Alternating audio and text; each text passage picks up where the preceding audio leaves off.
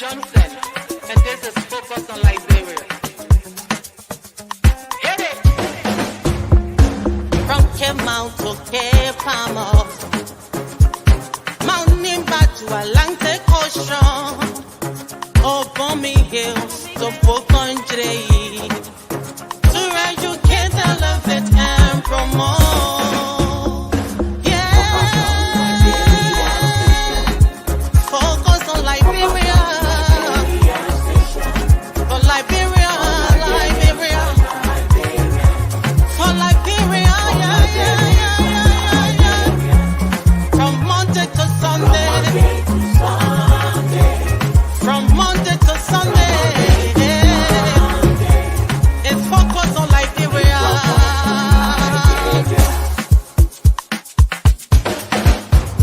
Talk about home affairs, in diaspora,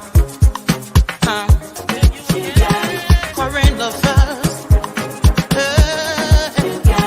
reliable information, history, talking about culture,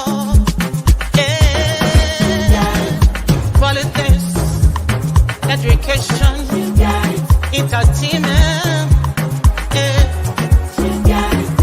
business, sports, advertisement, articulation. Focus on Liberia. Focus on Liberia. Focus on Liberia. From Monday to Sunday. Hello, ladies and gentlemen, and welcome to this special Labor Day special on Focus on Liberia Between the Headlines. My name is Dennis Jar, and we are broadcasting from Atlanta, Georgia. In tonight's edition of Between the Headlines, we're going to be looking at some current issues making headlines in our country, Liberia. Let me first welcome those who are doing the discussion with me here from the nation's capital, Jimmy Eastman. Welcome, Jimmy. Hey, thank you, Dennis. It's a pleasure to be here on this Labor Day, especially as we commemorate the importance of workers. I think we need to highlight Liberian workers as well. So I really appreciate being on the show today. Thank you. And that's why I call you, Jimmy, because you work in Liberia.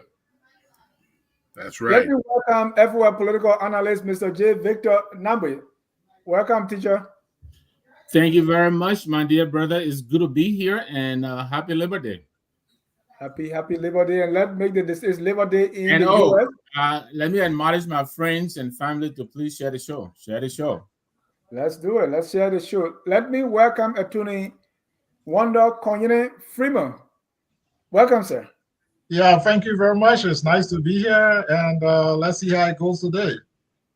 Also, we have the Neo Progressive, Miss Dr. Clarence Pearson. Welcome, Doc. The Neo Progressive. Thank you, Dennis, for having me tonight, and hi to all my esteemed panelists and our viewers out there. It's nice to be on the show tonight. We look forward to a good evening. Every time, Evans can say he's the youngest, so I brought William for him. Welcome, William. Welcome to the show. Thanks, Mr. Jai. Glad to be here. Good evening, everyone. Happy Labor Day. Excited to be a part of the conversation. Let me welcome, from Yeke Kolba District, Mr. Evan Morris. Welcome, sir. Thank you, Mr. John. Look, it's Labor Day. We should be resting, but like the lawmakers can say, like, we're doing it for the Liberian people, so we have to work for them. Thank you. And talking about Labor Day, we are doing this for the Liberian people and the Liberian worker. Today, I want to get your Labor Day reflection, right?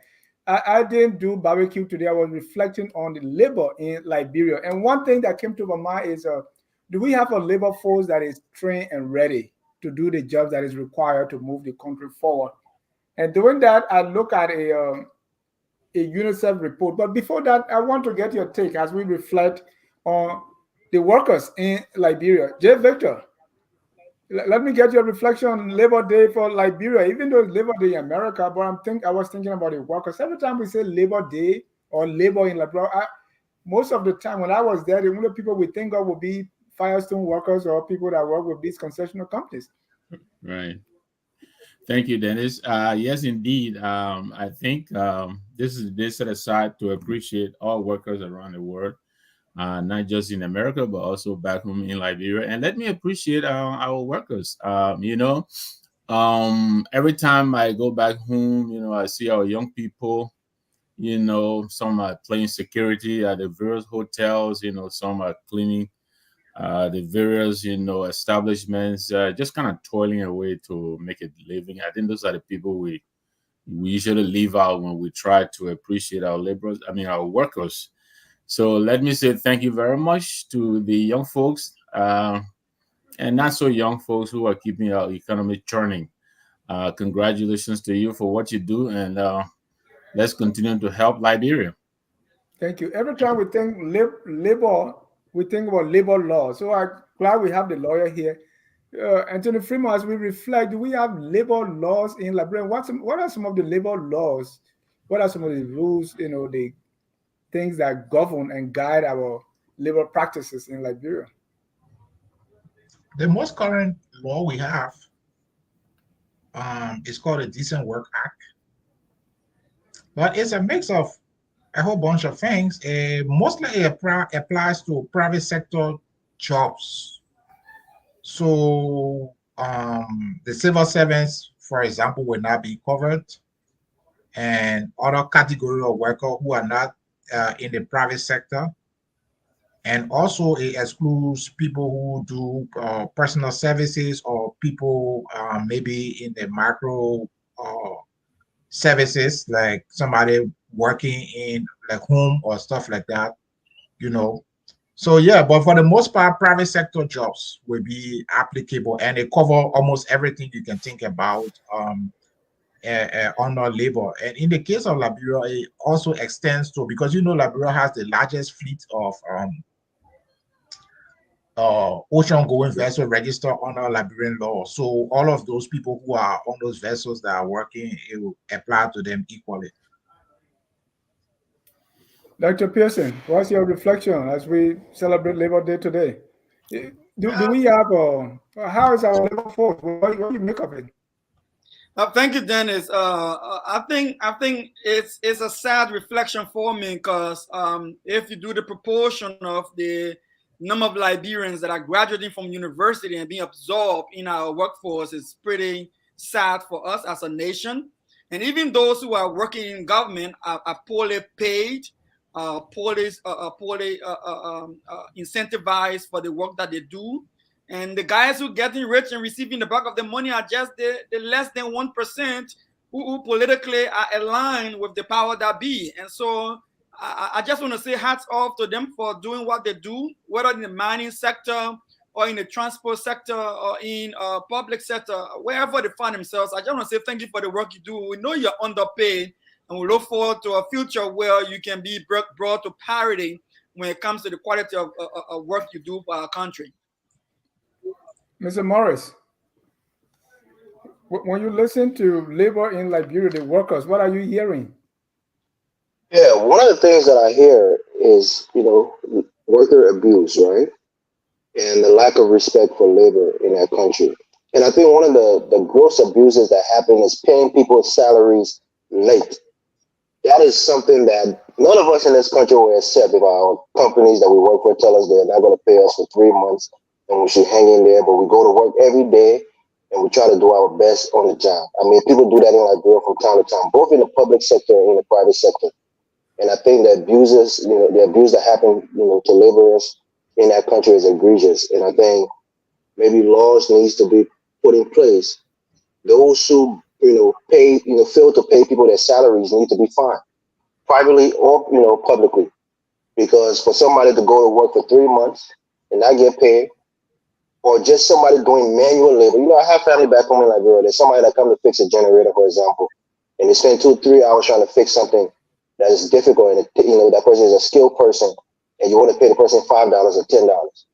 And usually when people call me for help, I tend to, if we hire somebody to do a piece of job, they say, "Oh, you like to overpay." I said, "No, I'm in America. I know what it takes to go spend 2 or 3 hours of your time doing a job. Not because that person is desperate. You should pay them any labor to get them at least $20 or $30, for that little time that they work for you." So I think disrespect for labor and not paying people on time is gross, almost a human right abuse when it comes to our laborers in Liberia. Jimmy, you know a thing or two about labor because you work in Liberia. You were at the LEC there when the rebels came. What are you trying to say? I thought trying to ask the man, what are you trying to say? They make you work for free. What am I trying to say? Let me tell you, Liberian workers can be very dutiful. That day you're talking about when the rebels came, I was on duty, and my post I was holding, you can't leave the post. Somebody has to relieve you because you're controlling the system. And so I stayed on, even though I heard over the radio that they had evacuated everybody. I said, but what about me? I'm still here. You're talking about evacuation. But anyway, I believe that there are people that would love Liberia and they respect their jobs and they are willing to work sacrificially, and do it diligently. But there have been a lot of changes from that time.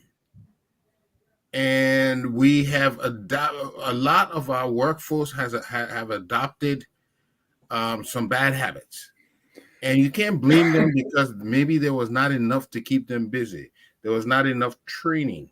There was not enough guidance. So we have developed a simply go there to take pay attitude in many cases. But that can be turned around.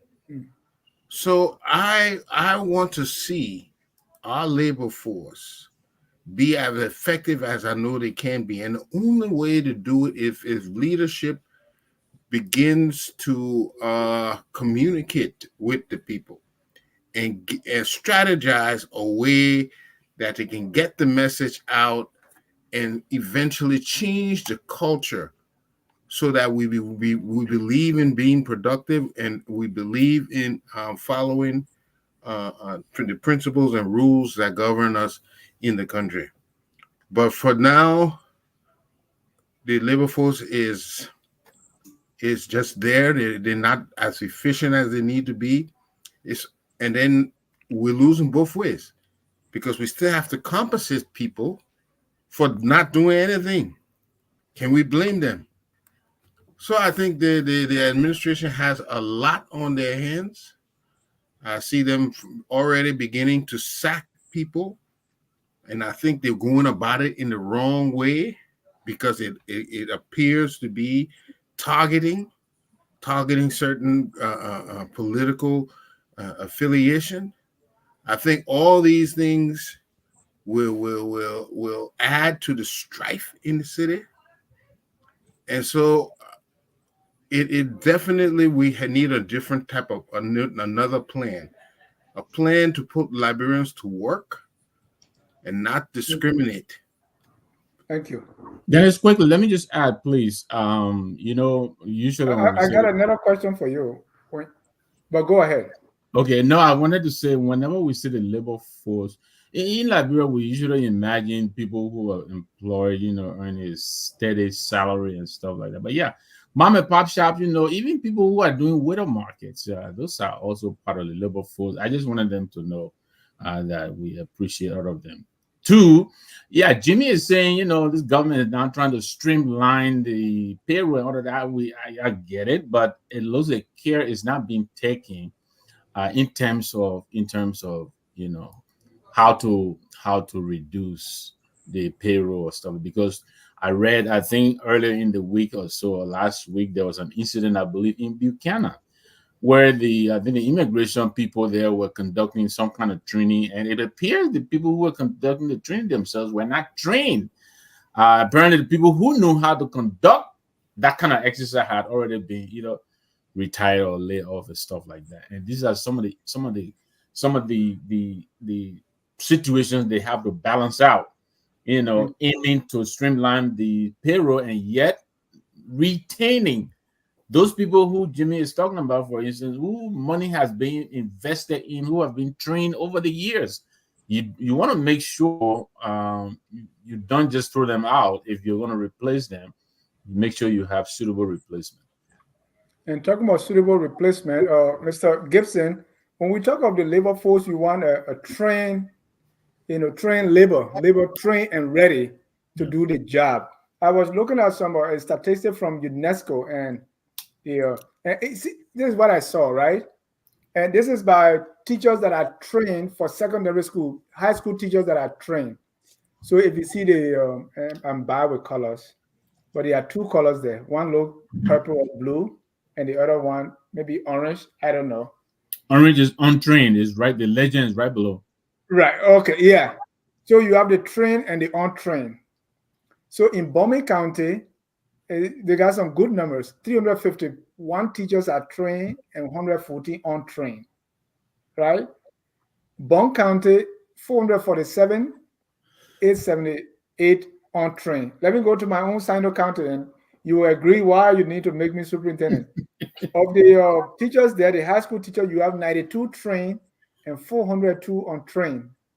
Maserado 1 and 2, 923 trained teachers, high school teachers, and 2,160 untrained teachers. So as I was reflecting on labor today, I see that all the things we're talking about, the places our president going looking for money, or they talk about roads, the agriculture. If we don't have a trained labor force, where are we going, William? Yeah, I mean, you're absolutely right. When we look at the labor force, well, let me backtrack. So the significance of Labor Day in the United States is to celebrate the contributions of workers to the workforce, and pretty much to reward them for, not typically working long hours and things of that nature. So in order to tell them thank you, they created this holiday. I think when it comes to Liberia, is a different story. The contributions that workers put in on a daily basis is not respected fully in any way, shape, or form. Is reflected through the amount that people are paid, whether as a civil servant or even in the private sector. The laws that are on the books does not really support or bolster any type of respect for the contributions these people are making on a daily basis to society as a whole. And how can you be proud to work for an institution if it's not, reflected through your pay?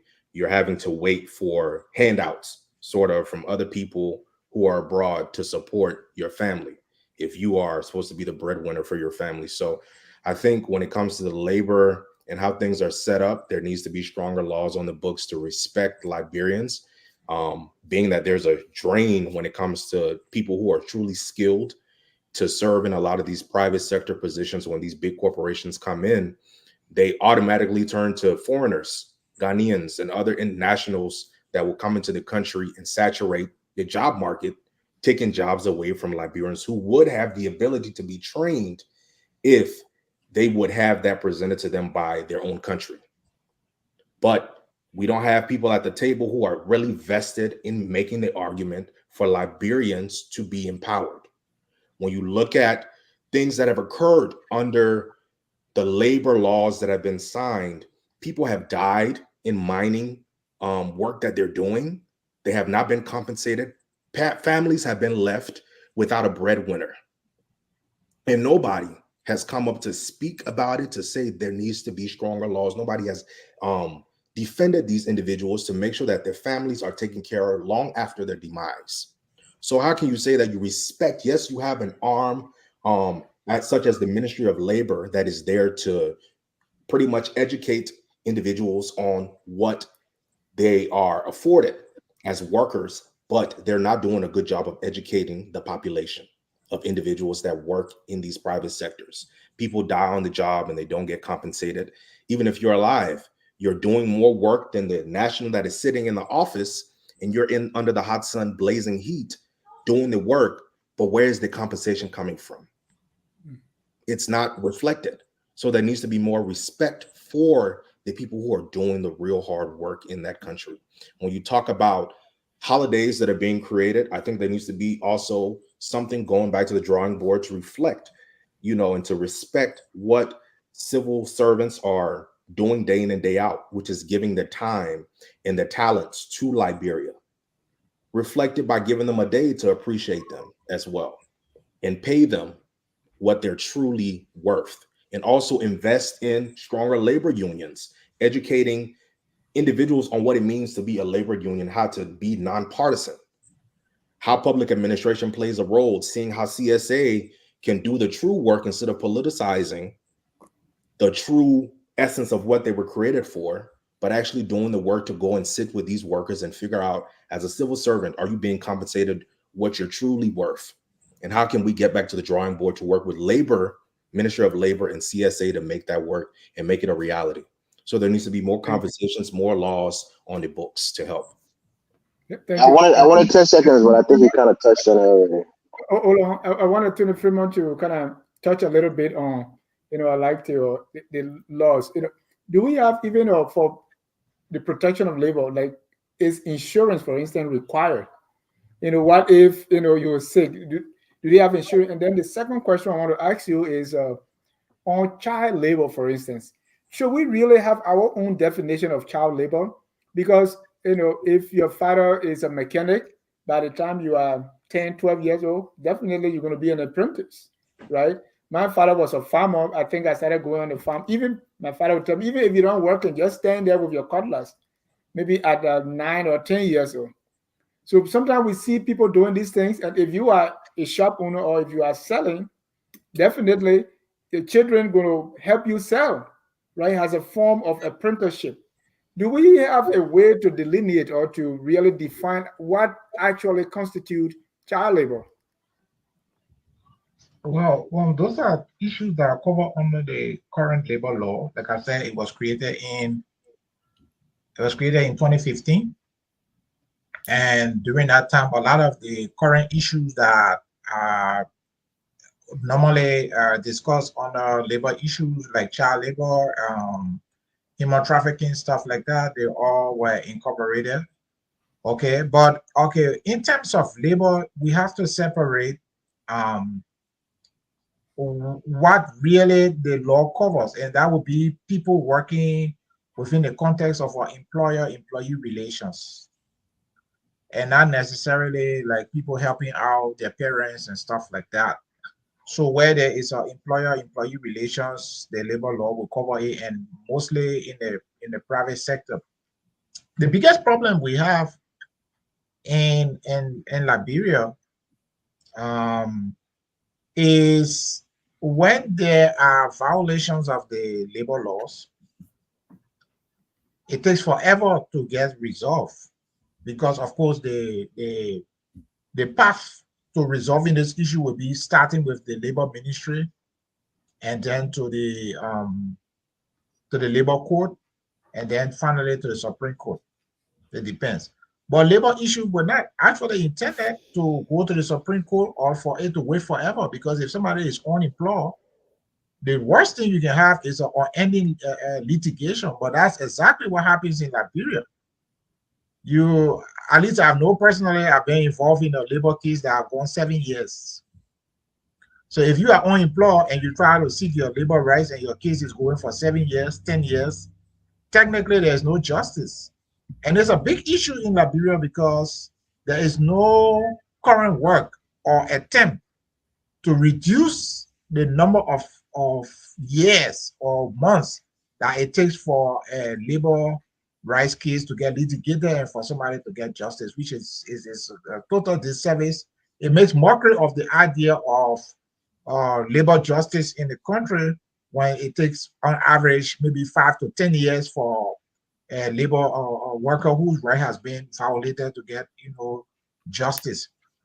So that is a big problem. But yeah, in terms of the coverage, I think it's pretty comprehensive. I won't be able to list all the sections, but yeah, it does cover issue bordering on child labor and also issues relating to human trafficking and other such activities here. How about insurance? Health insurance, like unemployment insurance, or what? What do you? Is that what insurance? Like here, if you have certain number of employees, you as an entity you are required to provide them health insurance, things like that. Well, I don't know. I wouldn't want to say that now, except I research it. But I'm not sure if that is mandatory. I have to research that. Thank you. Ladies and gentlemen, happy Labor Day. Evans, you wanted to chime in, and then we can move on to our main topic of the day.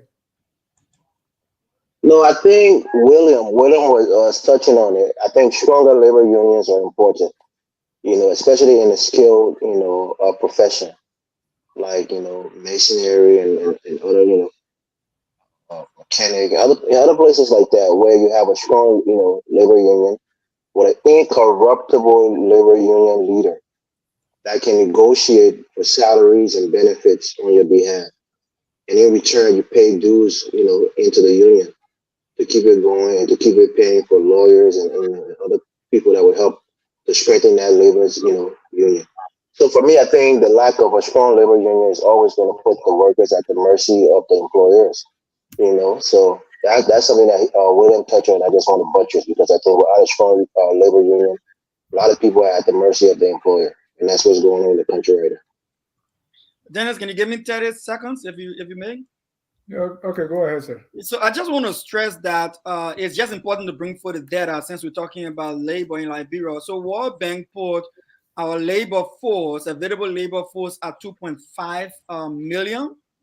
And so when the World Bank project that 2.5 million as our available workforce in Liberia, even stress that we are one of the most affordable workforce in the region.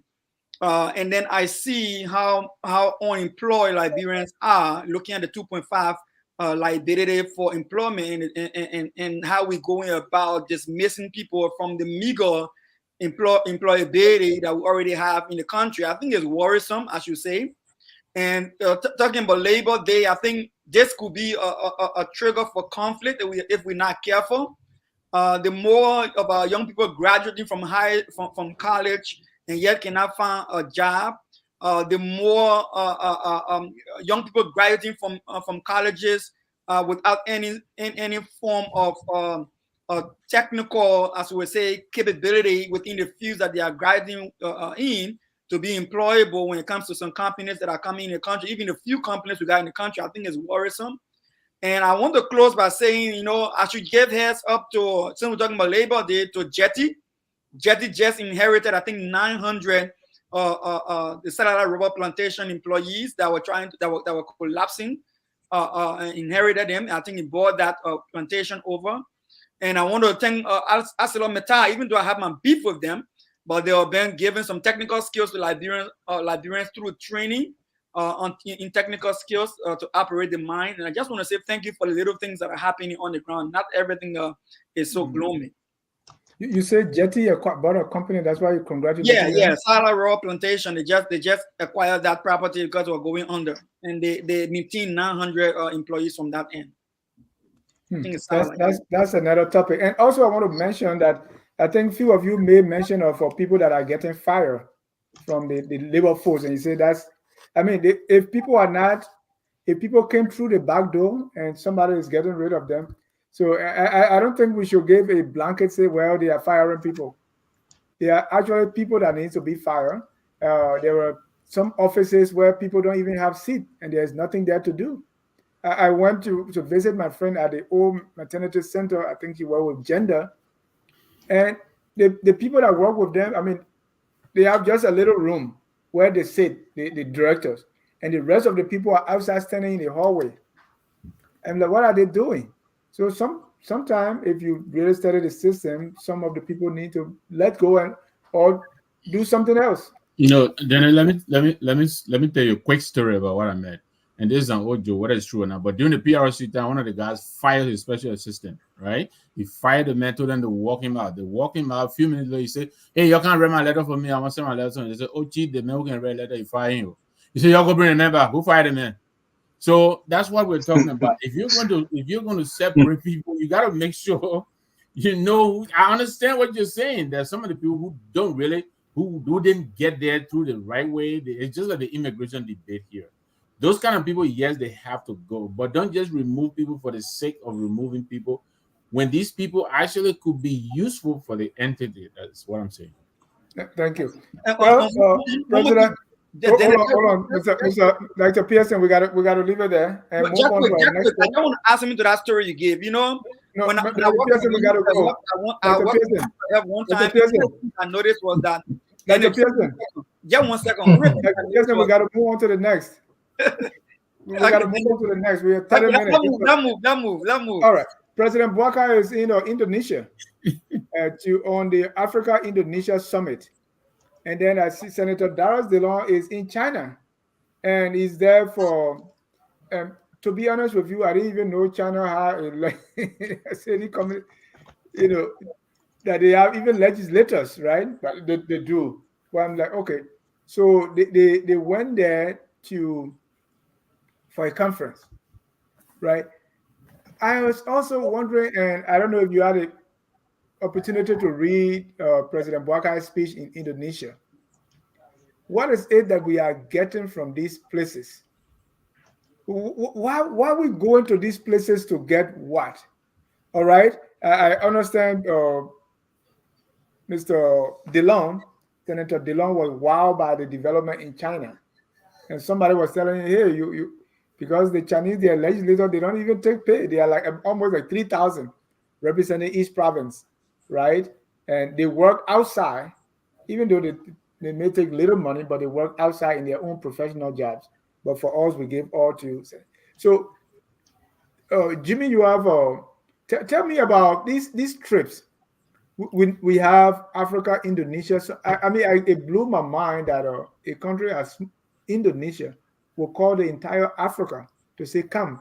And we are there, each of us, each president, you presenting your own agenda of what you want. 22 African countries, reportedly. What's going on? Okay. That is a fair question, I believe.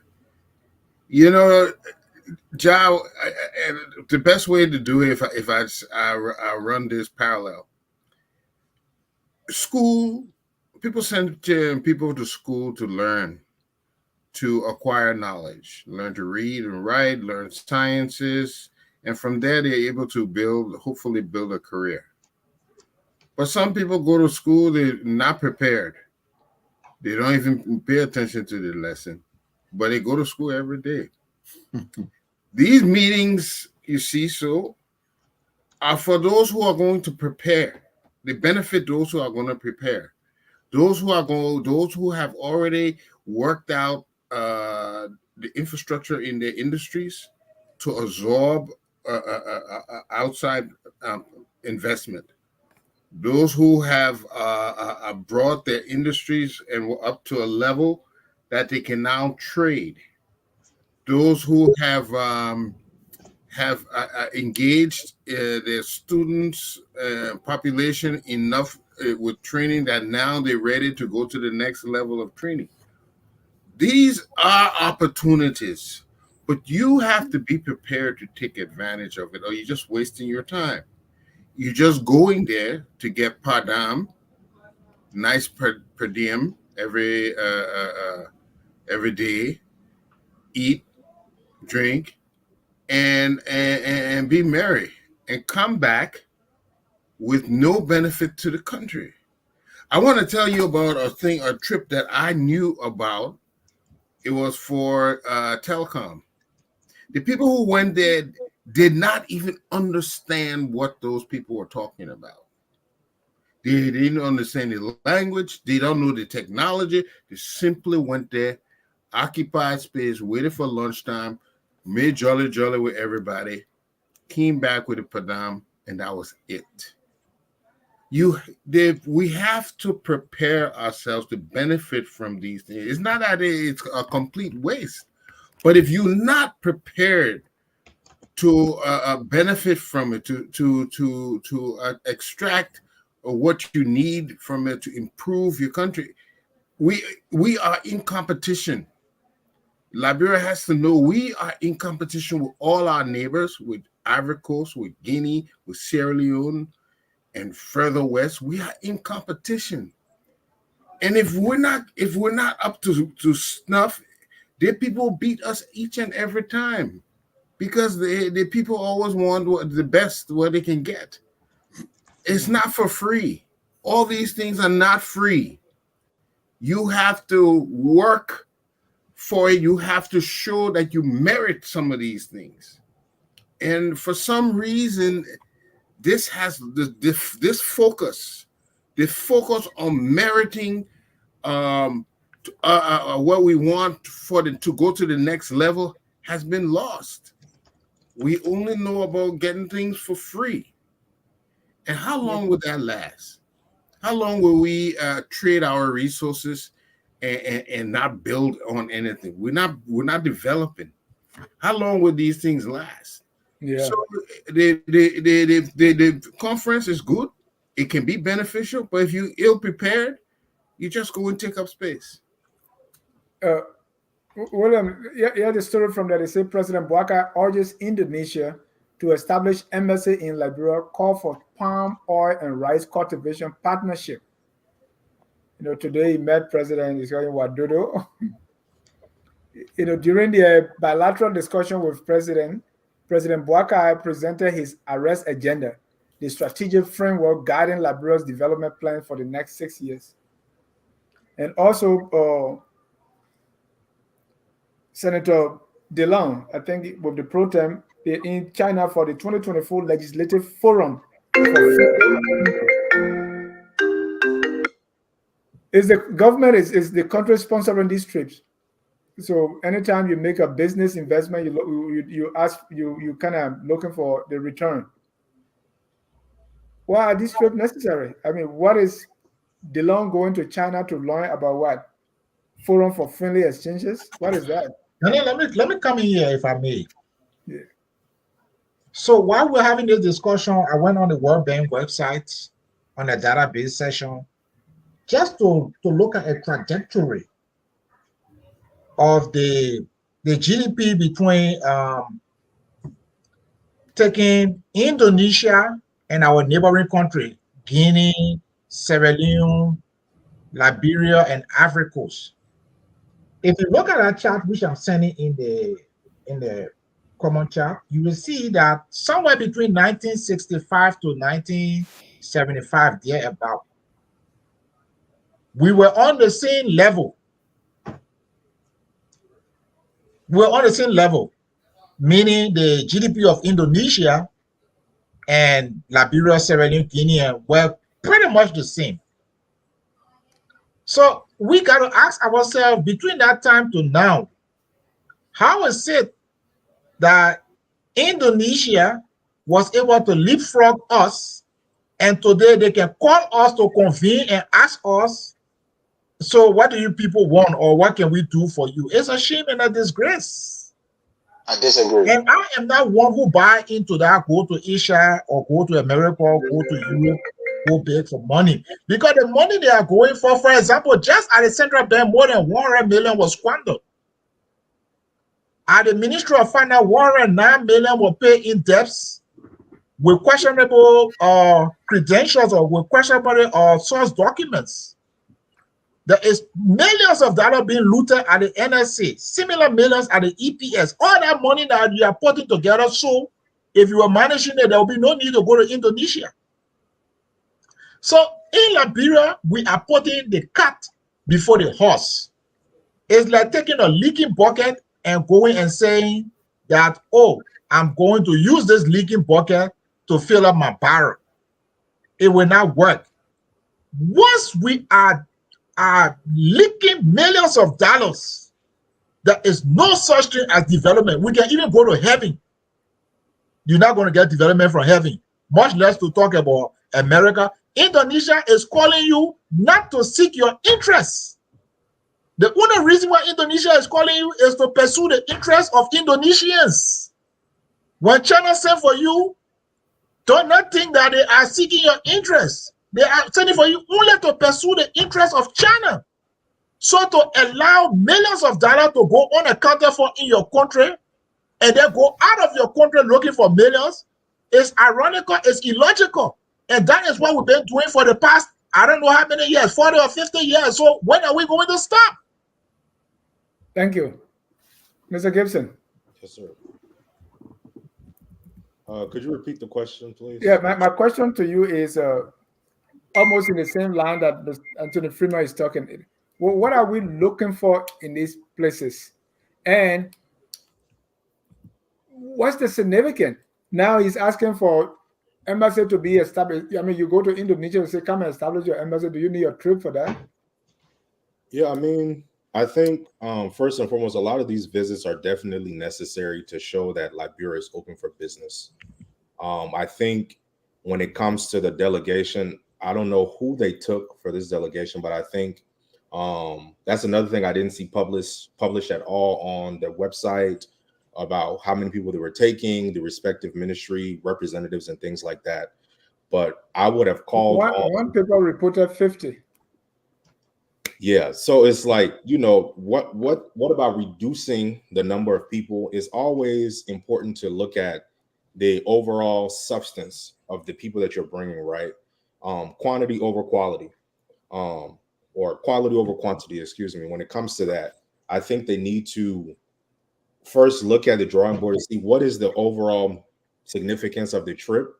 And then from there, I don't think President Boakai needs to be frontlining every trip that occurs when it comes to establishing relationships with a lot of nations. I think he could have sent the Minister of Foreign Affairs and the Deputy Minister for Africa, Asia relations, or something like that. And then somebody from Commerce or whatever it might be to have these conversations. I get it that a lot of other heads of states went, but we're in a different position right now to where things have to make sense economically.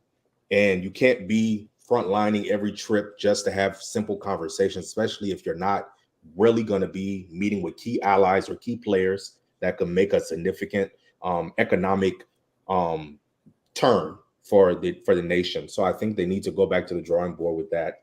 And then also, when they're having these conversations, I don't know if there's booklets that they hand out outlining the different areas that Liberia has for investments. There needs to be more of a publishing of some of these things so we have an understanding. They make these recap videos on eMansion, but their recap video doesn't explain anything that they did there. So what's the significance again of the trip? When we talk about the substance that's being poured in, you have some write-ups that are done, but it's left there. It's falling flat. To talk about an embassy to be established, I highly doubt they will establish any embassy anytime soon in Liberia for Indonesia. They have one in Ghana. It makes sense with Ghana if Ghana has been, working to promote whatever it is in terms of agreements that have been established for years. That makes sense. But to say you just are coming to the table now to talk about wanting to establish embassy or to talk about rice production and private public partnerships, you should have your respective ministry heads having these conversations, not just you alone. So I don't really see the significance of that. And then even with the trip that the Senate Pro Temp and the other senator took to talk about legislative relations and things like that, again, where's the significance about it? You have the Senate Pro Temp, I think she's doing a speech or presenting a speech on poverty eradication and sustainable development. Are you an expert in that area? Have you even done the same for your own nation before you can speak to other leaders to talk about poverty eradication if you have not even applied a simple idea of what needs to be done to eradicate poverty in your own nation? And you sit in one of the highest seats in the Senate, where they're known for putting things in, pork barreling a lot of things in to benefit themselves. So again, significance of these trips, we're spending taxpayer dollars, but we're not seeing a true return on investments. It needs to make sense sometimes when you say we want to sign up to do things like this, because you can't just take free trips and then you come back with nothing to really present to your nation to say this is what we brought back. Thank you. Evans, thing we said, we sometimes see, and I was going through the US, even the legislators, their pay, some of them 40,000 a year, right? And they talk about their mileage. I think I shared that with the group, how they reimburse their mileage, maybe 54 cents per mile. We are buying cars, 30,000, 45,000, and so on. Every 3 years, you change and jump in a new car. And then you are going to China, people, you have 3,000 of them. They don't take pay like you. They work in their regular jobs. And now you are telling them about, hey, you're giving a speech, just like William described it. Do these things make sense, or we're just doing them because we want to live like we're in travel? Oh my gosh, you just hit my point right there. That's the thing. These guys want to go to the exotic, destinations. If they say they're having a meeting in Abuja, most of them have been to Abuja. Most of them have been to Accra. They don't want to go on those trips. But when it's Singapore, when it's China, when it's Malaysia, places they've never been, places they want to just go and see, sightseeing, going there to, to have a good time, like Mr. Eastman said. But the one that's most baffling to me is the one where, Yomri Kanga is, our Senate Pro Tem is speaking to a communist country, the Chinese Communist Party, which is not a democratic party at all. The communist Do they know where they are? Yeah, I don't think they understand what they're doing over there. You guys don't have the same style of governance. So you being there is antithetical, is the opposite of what you want to project.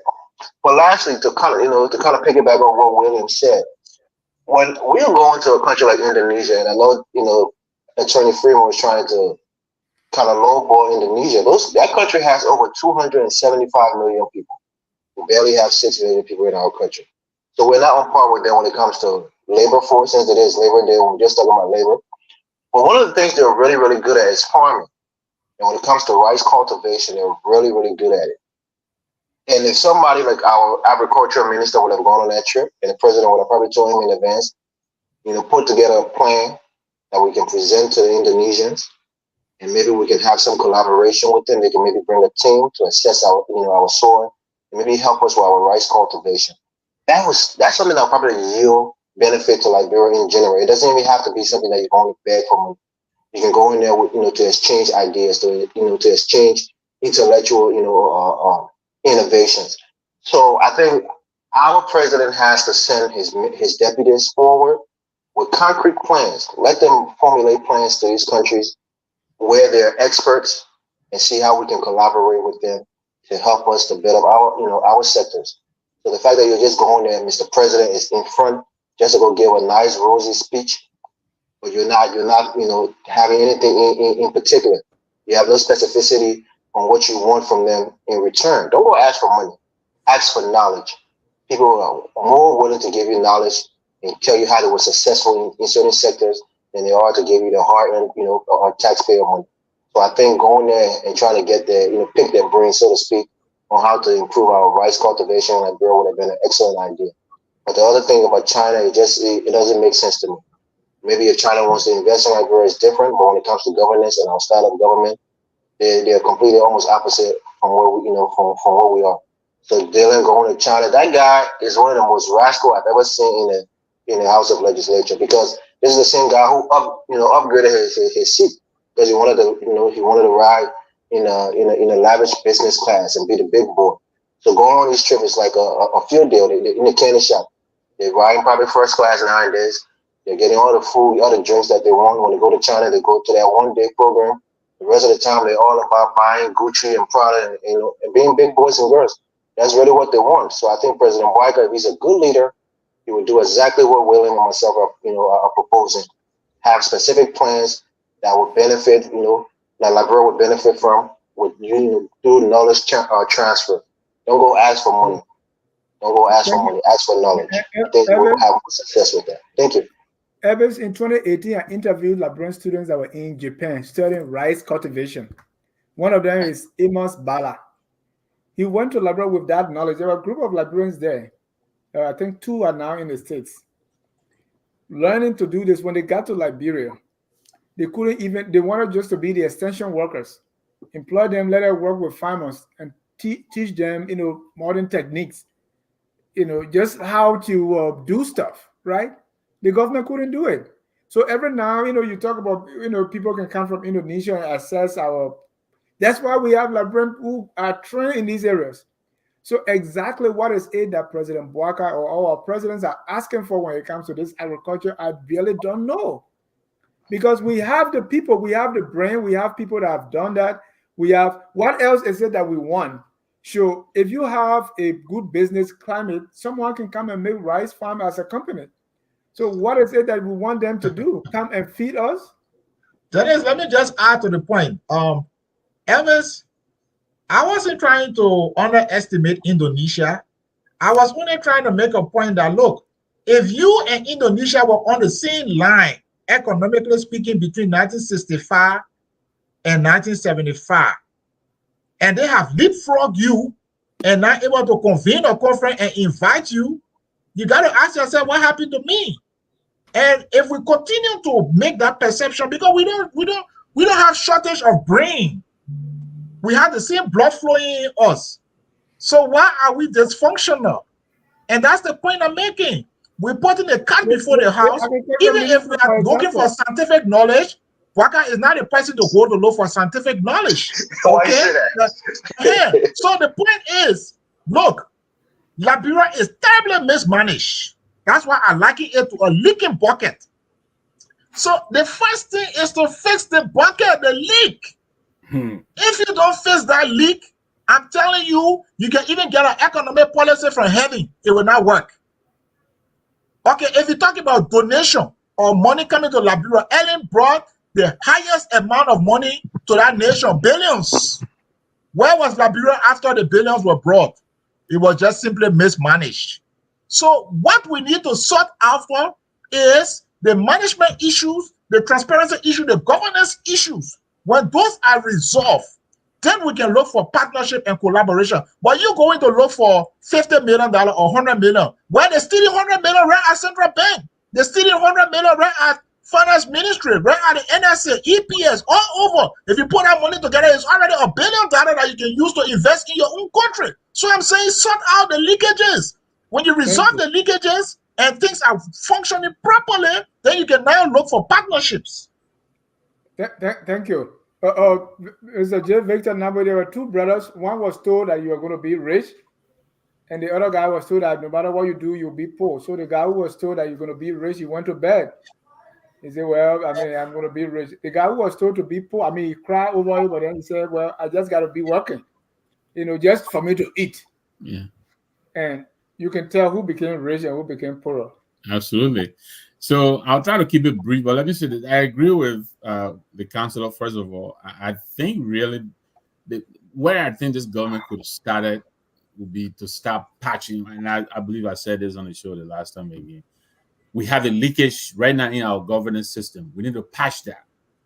There's nothing wrong with going out there to go and find resources. But if you're bringing in resources and you're putting them in the sifter and they're going to fall through, there's no point to it. I also said previously that I'm not a diplomat, but a little I have learned and heard my friends say, usually the president does not go to these meetings to begin to negotiate, right? The heavy lifting is usually done. Yes, there are discussions that go on the sideline. You meet with other little businesses here and there. But that discussion between president to president, the groundwork is already laid. The president just goes there for the ceremonial part of it. The president went to Korea.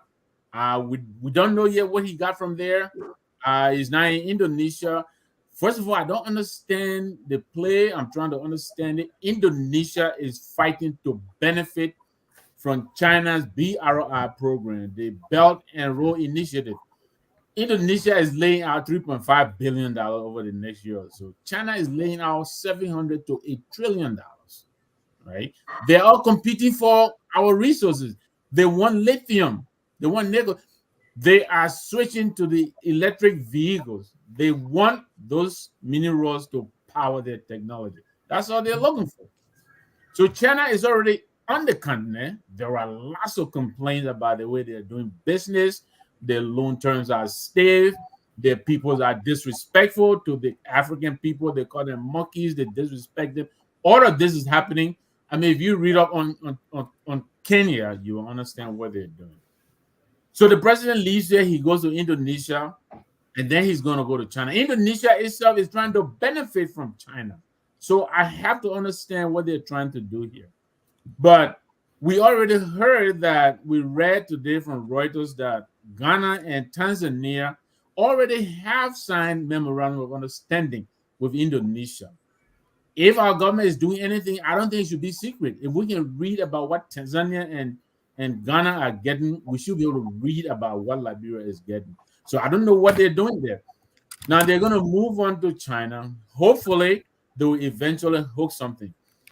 As to why Senator Dillon and others are on this trip, I don't know, but I understand the foreign ministry specifically requested Senator Dillon and some other senator I forget, The protest. But the short of my story is this: as someone talked about packaging again, I'm not sure if it's Councilor Freeman or Jimmy, but yes, what is the packaging? What are you presenting when you go to these meetings? Right, you got to sell. It is competition. Rightly stated, it is competition. There are over 20 African countries competing for the dollars. You have to stand out.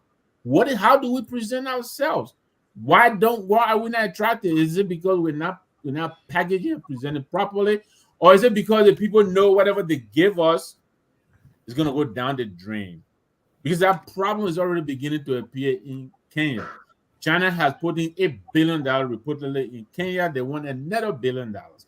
But the rail station that they constructed, which is supposed to replace the truck route that the Kenyans were using, well, the connection from Nairobi to Mombasa is underutilized because it is expensive. So the Chinese are complaining. Some of it is now contemplated being abandoned. There is another piece that should connect Kenya and Uganda.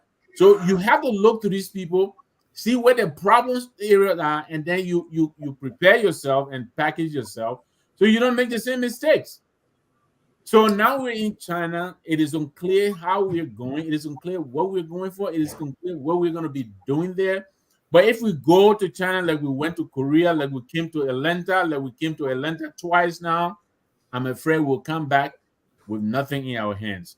President Weah was in China at this very conference in 2018, spent over $300,000. We got nothing. I hope this government is not going to repeat the same mistake. I'll leave it there. Let me join in quick, Mr. Jha. Mr. Jha, let me join in real quick. Jimmy. I wanted Dr. Pearson to come in because this thing is not a Boakai or unity government thing, right? Unity party government thing, because this is what we've seen over and over. Dr. Pearson? Yeah, and not to repeat what the others have already said, Mr. Freeman hit it on the head. Quite frankly, we need to patch the holes in our buckets. And so my question to you there is, why aren't these holes being patched? Is it that we know better than the people that have been there, or what is it? So I think, listen, it goes back to leadership, right? And I think when you put a bunch of individuals together who lack the experience, and they, when I say experience, not necessarily technical know-how, but who have not had the taste of what it means to travel, to go to these important meetings and things like that, and who know the gravity and the enormity of the work they have to do, they all will run for an opportunity to travel abroad because they want to go for the DSA. They want to go for the experience of getting to see other places, and that defeats the purpose of the high-level positions that they occupy. And I'm thinking right now where I'm sitting, can we do something differently? Dennis, we talk about Seoul. In South Korea, when we went to that meeting, when President Boakai went to that meeting, we were told that a lot of MOUs were signed. But the South Korean told us clearly that the South Koreans were investing $14 billion into Africa, but they were doing it through their own companies. So I would have thought that we've learned from there to know that instead of gathering a bunch of government officials to go on some of the trips, can we put our existing businesses, entrepreneur, or maybe CEOs and managers of our different local businesses on and invite them on these trips? Some of these guys can pay their own way, but go along with the government and go and negotiate with these existing companies abroad that already existing and attending business meetings. So these business meetings are not political. These business meetings are business. Business is business. You mix business with politics, it becomes messy. So we have these business tycoons attending some of these meetings. Government officials go there to go discuss with politicians. Our president just issued on the website, on their Facebook website, it said our president had a meeting with Joko, the president of Indonesia, and then they expressed interest in Liberia, and Boakai invited him to come and visit. So what I'm going to get is visit. Is what we're going to get out of that entire visit, that trip, that they give a pledge of visit to Liberia, invitation to come and visit Liberia. What are we talking about here? We got companies that attend our business forum So we got oil, we got people invested in oil palm. Liberians that are invested in oil palm. Liberians that are invested in rice production in Liberia. Liberians are invested in production of rubber and finished product in rubber like Jetty and others. Who some of these guys that we talk with us on the trip that would say business to business and discuss, so that you're not going to say, oh, come investing in rubber, but you say there's somebody who is already involved in rubber production in Liberia. This is the company that he has. This is what he's doing. And, get out me a side talk, and connect him to a side talk. We got Liberians who have rice production in Liberia. If you took some of them on the trip, say, look, these guys are involved in rice production in our country. They're already doing the business. Give them a side talk. So they leave from there with connections, not politicians talking. I want to say this before I close, then it's on this subject. A lot of bilateral and multilateral deals with strike is not done on these conferences. Majority of the time we hear say Liberia signed 2 million, 10 million, 3 million. Nobody wants a conference. It was diplomatic discussion on the side, and I think we need to learn to do things differently. Other than that, we'll keep going to these conferences, and every time the president travels, then it costs us a lot. It costs us a lot. If you want to establish diplomatic ties, why do we have our foreign ambassadors? Why do we have our foreign diplomats? Are we paying them to sit and do nothing? Are we making use of our foreign service staff? We should stop playing with the Liberian people money. And I think they're only there to just exhaust their budget before the year can end. Everybody wants to exhaust their budget before the year can end. The national budget has to be zero balance, and end up being negative. People want to see that if I had a budget for travel, it should be exhausted at zero balance. And what we're seeing here today, Dillon is out there because he has a budget for travel. If he doesn't travel, he cannot use that money. If he doesn't use the money, he cannot account for it. And if he diverted somebody to put notes and say you call yourself the light, why are you using travel allowances to use it to buy some gasoline in your office? And then he got to answer questions. So to exhaust his budget, he has to do what the budget says, and it's sad for our people. It's sad, Dennis. It's very sad.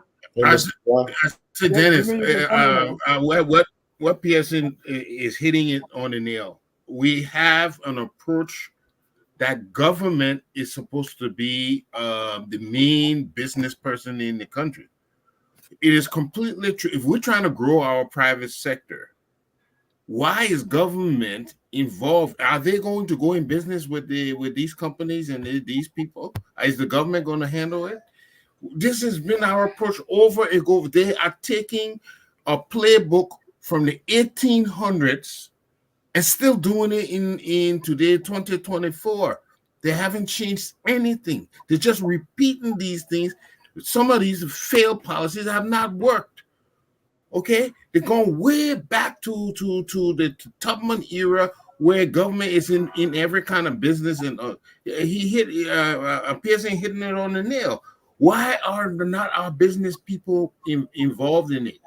If you look at what they're looking from us as in Africa, Africa is one of the few frontiers that have not been completely exploited. We have the fastest growing population. All right. Then we are mineral rich. Sometimes they say the minerals we have is a curse because it doesn't inspire us to be more productive. We only take the thing from any ground and sell it, and that's how we've been living. What if we didn't have those minerals? What would we be doing? What are we? What will how will we getting our life? What would our GDP be if we didn't have the timber, the diamonds, the iron ore? So we've been using this approach, and these guys are not coming with a new idea. That is what happens when you elect the same kind of people again and again and again.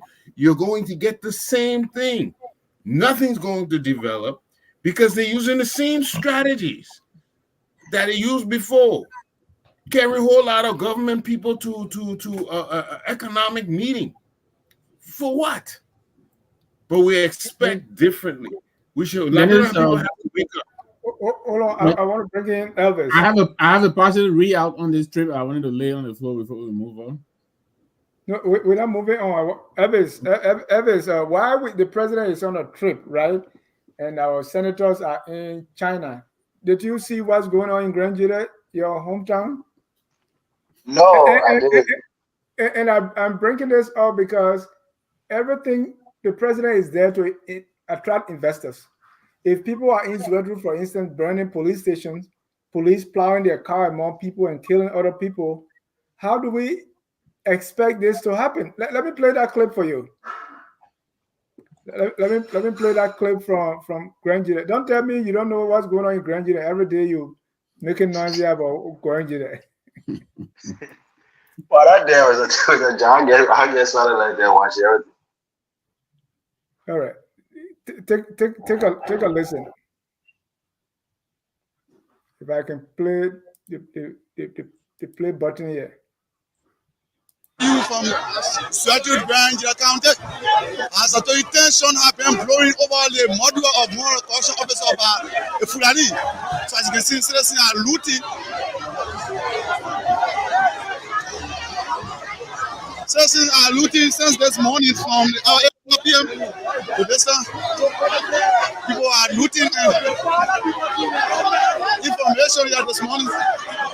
A police officer who are killed from the National Palace of Corruption. So as you see in the shop here, you can see citizens.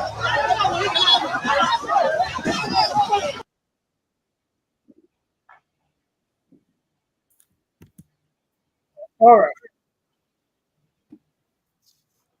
right. So say there was I think a fight between someone that full up person. Now they are looting. And I mean, the journalist said the person was killed by Fulani. I mean, how do we even talk like that? If there was a fight between Elvis and Victor, how do we report and say a Gribble man, crime man killed Gribble man? Why don't we? These are just two persons involved. So a snowball, the police, they barricaded the place. The police person came with their vehicle, plowed in the crowd, killed one person. Now I think they burned the police station. They were marching to the superintendent house.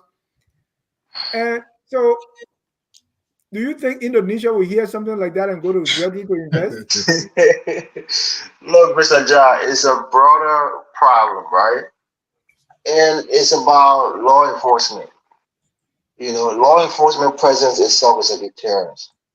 So when we lack, adequate law enforcement officers and the infrastructure of law enforcement and the counter, people feel like they can do what they want to do, and nothing is going to happen. If something is going to happen, it's probably going to happen very late with very minimum officers to come in to intervene. So I think this is not this is just not a Granjini thing or people from that from that area. It happens all over. Mob justice is something that happens all over Liberia, specifically in these counties where there's not a lot of police presence. So I think that's the issue, and we don't know what the cause were. But again, if it's violence and people feel like maybe the Fulanese are dominating the trade in that sector, whether it's business or other things, they might have animosity against them. And those who have the money have probably been paying off the police to have protection, and they probably, I don't want to even just speculate. Whatever happened there, they have to have an investigation to get to the bottom of it, and whoever committed, crimes should be prosecuted. That's just the bottom line. I'm not going to defend anything because I don't fully know the information that, that you're broadcasting. I don't know the genesis of it. They were looting they said they're looting the Fuller store, so because that's a Fuller person who killed a correction officer. So you're taking it against all Fulanis in that place. Okay, collective guilt, right? That's probably what they're doing. And again, it's not justifiable. It can never be justified. Victor. Yeah, very unfortunate what's happening in there. It shouldn't be happening. Very unfortunate, and my heart goes out to the person who, the family who may have lost, a loved one.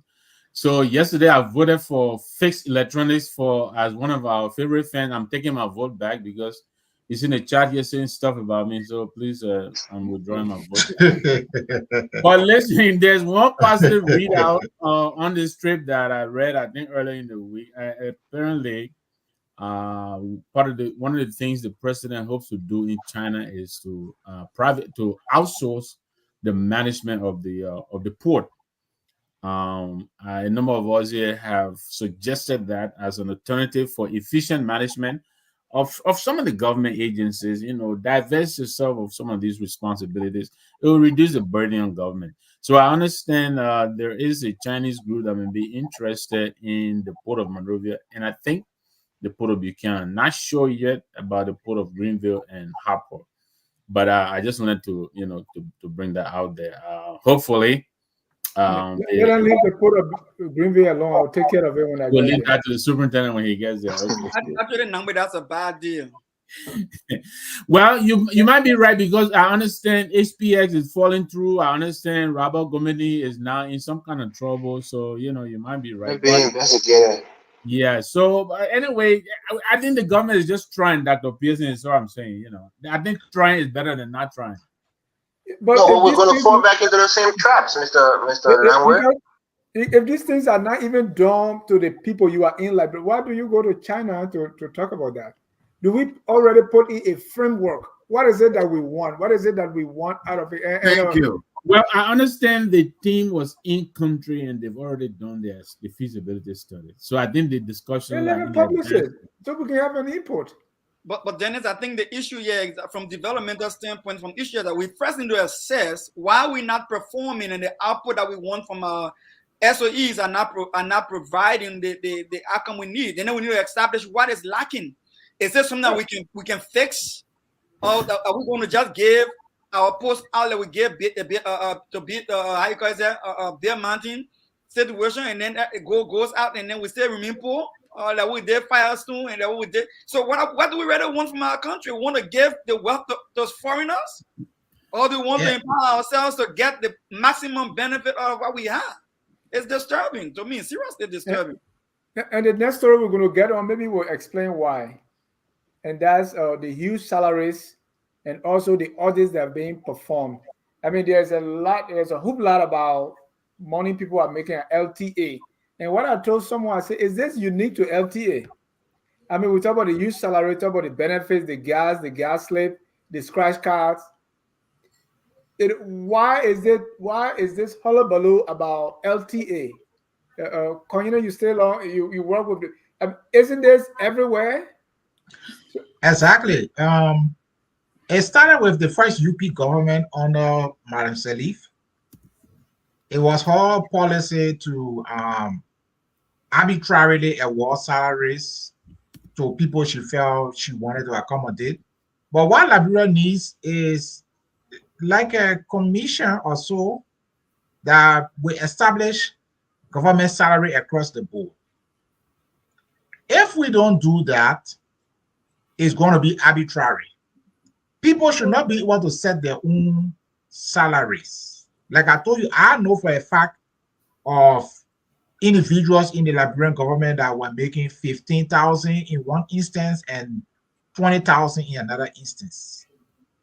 And that was not revised. CDC could have been the government that would have done that because they came on a populist mantra that they were the downtrodden and they could solve it. But when they got the government, instead of setting up a commission to standardize salary across the board in government, they decided to benefit politically from it. So they avoided reforms and decided to benefit politically from it. Now, another dimension of the change under UP, who came and said it will not be business as usual, instead of introducing a legislation that will bring about this standardization and not allowing people to set their own salaries, they are also deciding to benefit from it as opposed to reforming it.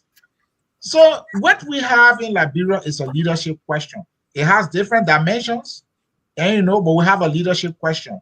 And we can discuss it any way we want, but we're not going to solve Liberia's problem until we solve the leadership issue. Like I keep saying, the millions of dollars that are being, like for example, I've always mentioned the House of Representatives. These people have spent around 700 million without audits. 700 million. And across the board in government, every time there is an audit, there are millions.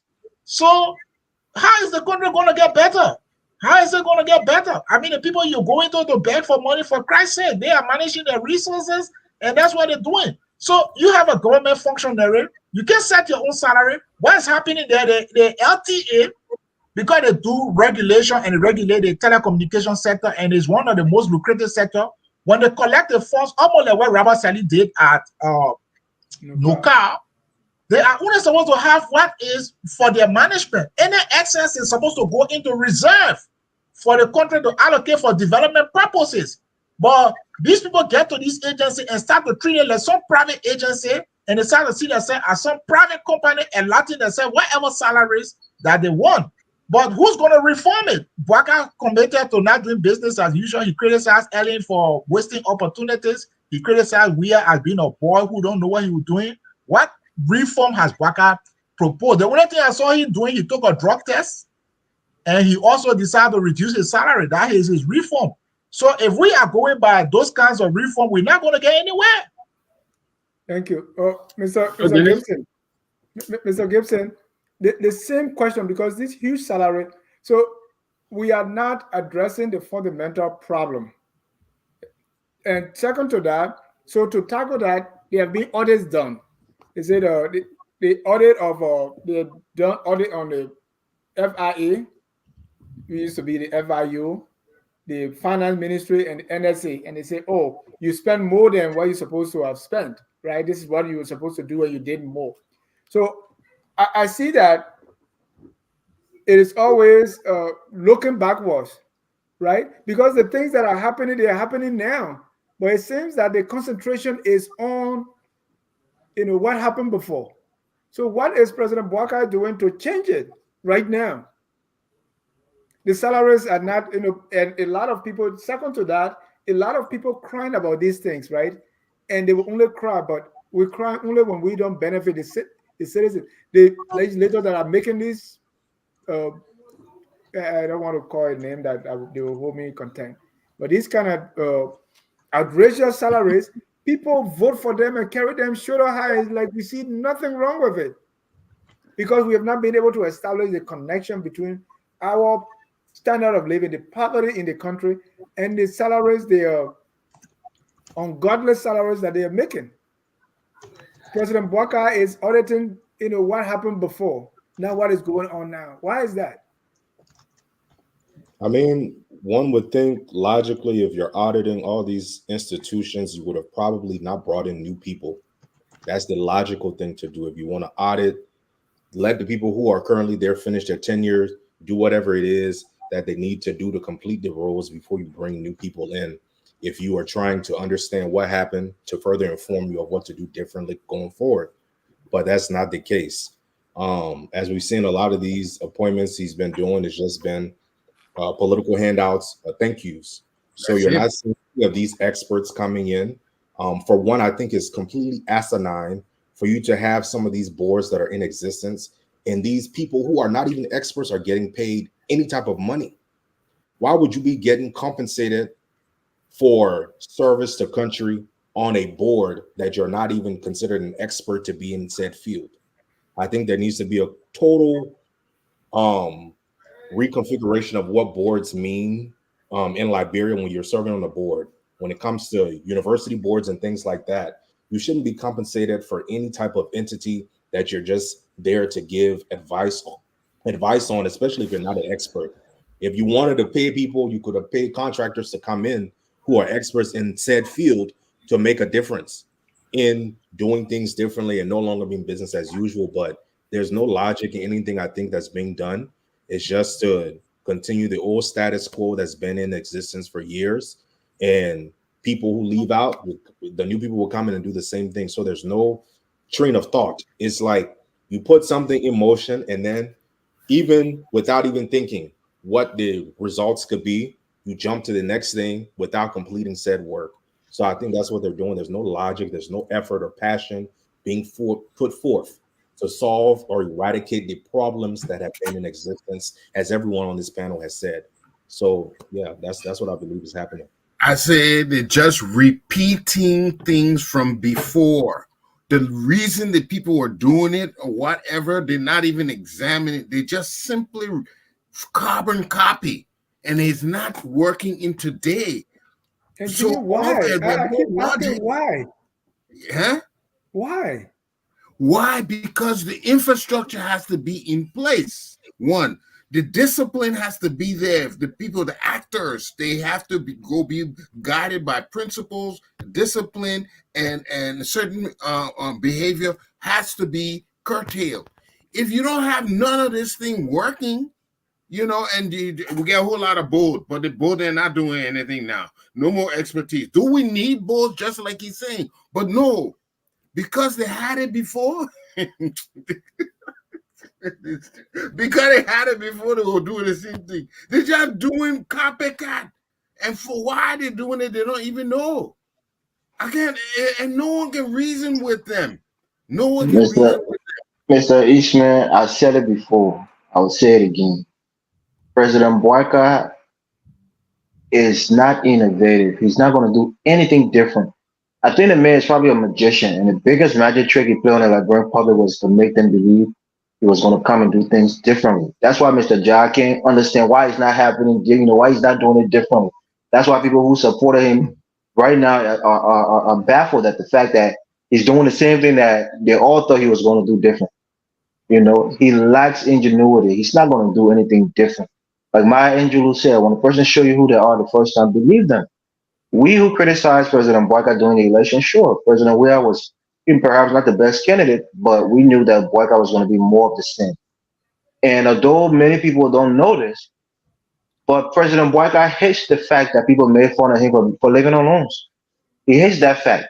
Although he made $3 million over 12 years in base salary, on top of that, he had, you know, allowances and other things. But he's going to make, I hate to use the word, but he's going to make damn sure not to ever live on loans again after he leaves the presidency. So I guarantee you, everything is going to stay the same. President Boakai is going to become enormously rich.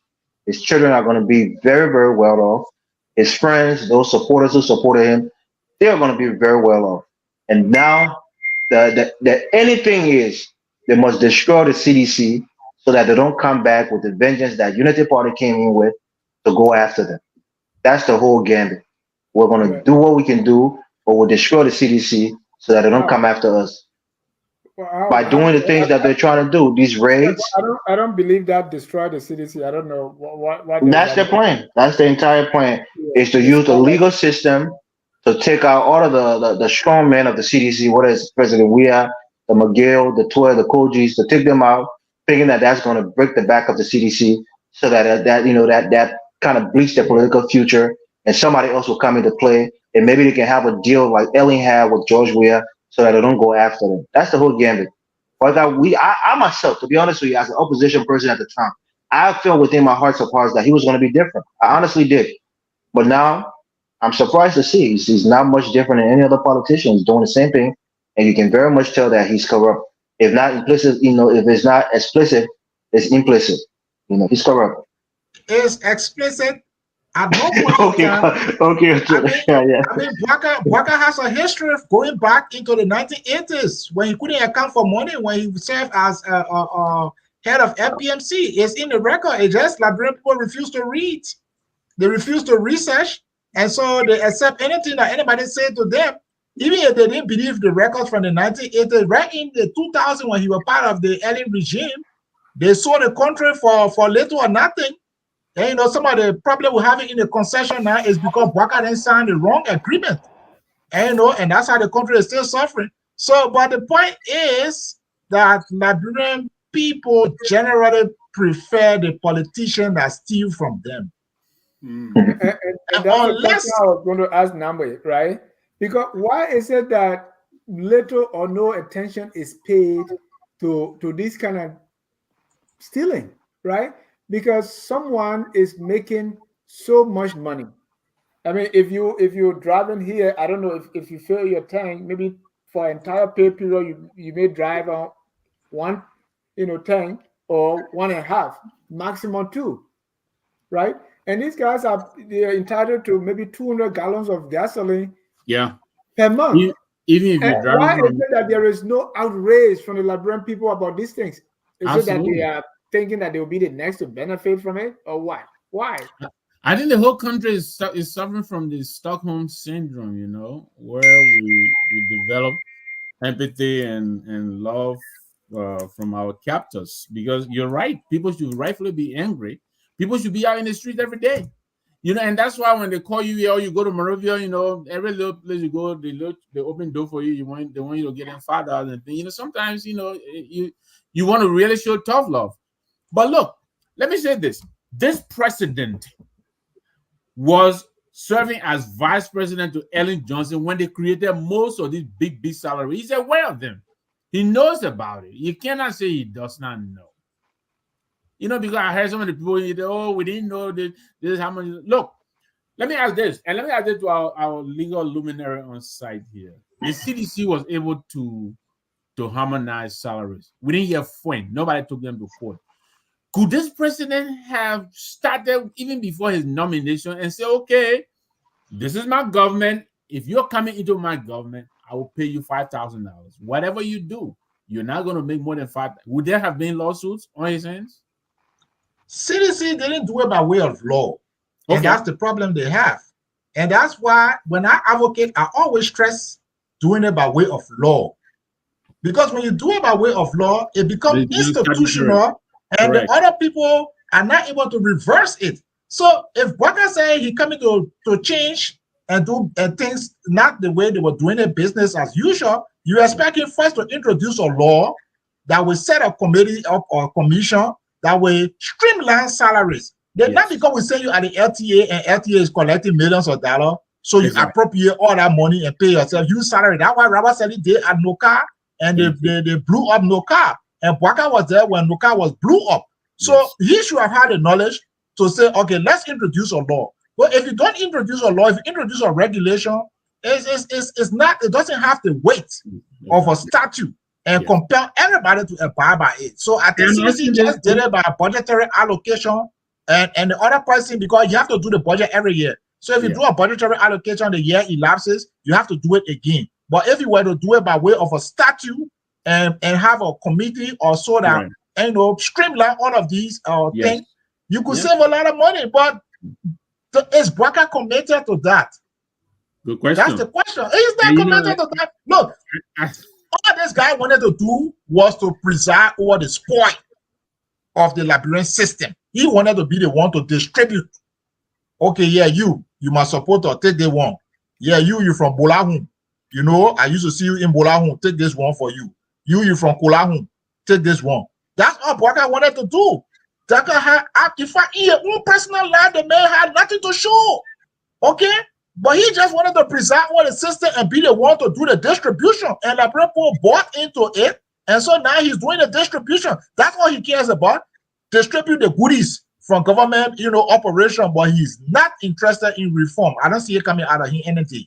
So let me say this quickly. Thank you, Councillor. Let me just say this real quickly, Dennis, and I'll pass it on. So I hear some of my UP friends, you know, they say, oh, you know, this president is conflict adverse. You know, he doesn't like to hurt people's feelings and all that. Well, no, the fight that he's in, there is no neutrality. You are either going to hurt other people's feelings or you're going to hurt other people's feelings. It's just like that. If you are not the oppressor, then you are with the oppressed. Either you are with the oppressed or you are the oppressor. If this president is coming in and he believes you cut his salary by a certain level, why can't he make that mandate? Why can't he make that happen across the government? You know, we're traveling all over the place looking for resources that we have right on our nose. This is what confuses me. And like I said previously before the council, this president is aware of these salaries because they made this salary during the first UP government. You know, I hear some of the people feeling surprised. Oh, we didn't know they were making that much, you know. Of course you knew that. So now they continue to visit themselves comparing the past, they're looking at review, or that how the CDC government did it before. Okay, well, you are the change government, you're the rescue team. You've been here 9 months, going to 10 months. When are you going to seize the reins and rescue us? This is supposed to be an emergency. The emergency was about himself. They're already rescuing himself. The rescue is in progress. On this question. Hold on. I want to ask Evans a question because Evans, you mentioned the President Boakai made what? You said 3 million. 3 million, if you do the math, 3 million plus in gross salary. You mentioned that stat on one of your shows also, and I was happy you did that. So I want to make it net. So let's say he made 2 million, right? Net. Right. So he's in a Baptist church, right? 50,000 out of that 2 million are going to help those people very much. No, I talking about his tag 10%. So have anybody talked about if President Boakai made 2 million? If he paid 10%, that would be what? 200,000. But then are we saying per annual or for the 12 years? Or Yeah, what For the 12 years, in base salary, he's a millionaire right there. In base salary, that means you don't even have to touch it, Mr. No, that's the salary. Man, making a 200. How much? How much is it, Mr. John, for the vice president for the 12 years? That's very conservative. No. You think it's more, Mr. It's different Eastman? than the expense of the office. Mr. Dennis, I No. want to continue. No, his base salary was like 200,000. His budget was like 2 million or something like that for those 12 years. Well, yeah, there's a salary. There's a good reason for the office of the. Yeah, but we're not counting the budget because that doesn't go to him. Okay. Talking about his Take home pay. His asset declaration. So let's say 200,000 a year, right, or 175,000 a year. So if you give 10%, his church will be in a good shape. But go ahead, you gotta be faithful with tithes. So that Man, a lot of people tither, Mr. John. We know that. He's a deacon. He's gonna take that deaconship for him. They pay 10%. So if our entities in Labrador were disclosing, maybe we'll know how much he contributed in tithe and offering. But anyway, that's a joke. Go ahead, Clarence. Yeah, let me contribute to that. It may sound trivial the way we're saying it when it comes to why the Liberian people are not angry right now. I think in the psyche of the Liberian people right now, they are in shock. When you have high expectation of what they expected of President Boakai and the level to which they opposed President William to kick him out, to the extent that they went in dirty water, they missed services on an important Sunday just to go and campaign for the Unity Party. And some of them stood in the very offices that they were working in and campaign against the very government that they were working for. When they look back and for good reason. Yeah. Mr. John, don't defend everybody. When they look back and see what is happening, I think they are in shock, Mr. Dennis. And yeah, that's why it is dangerous for my profession, right?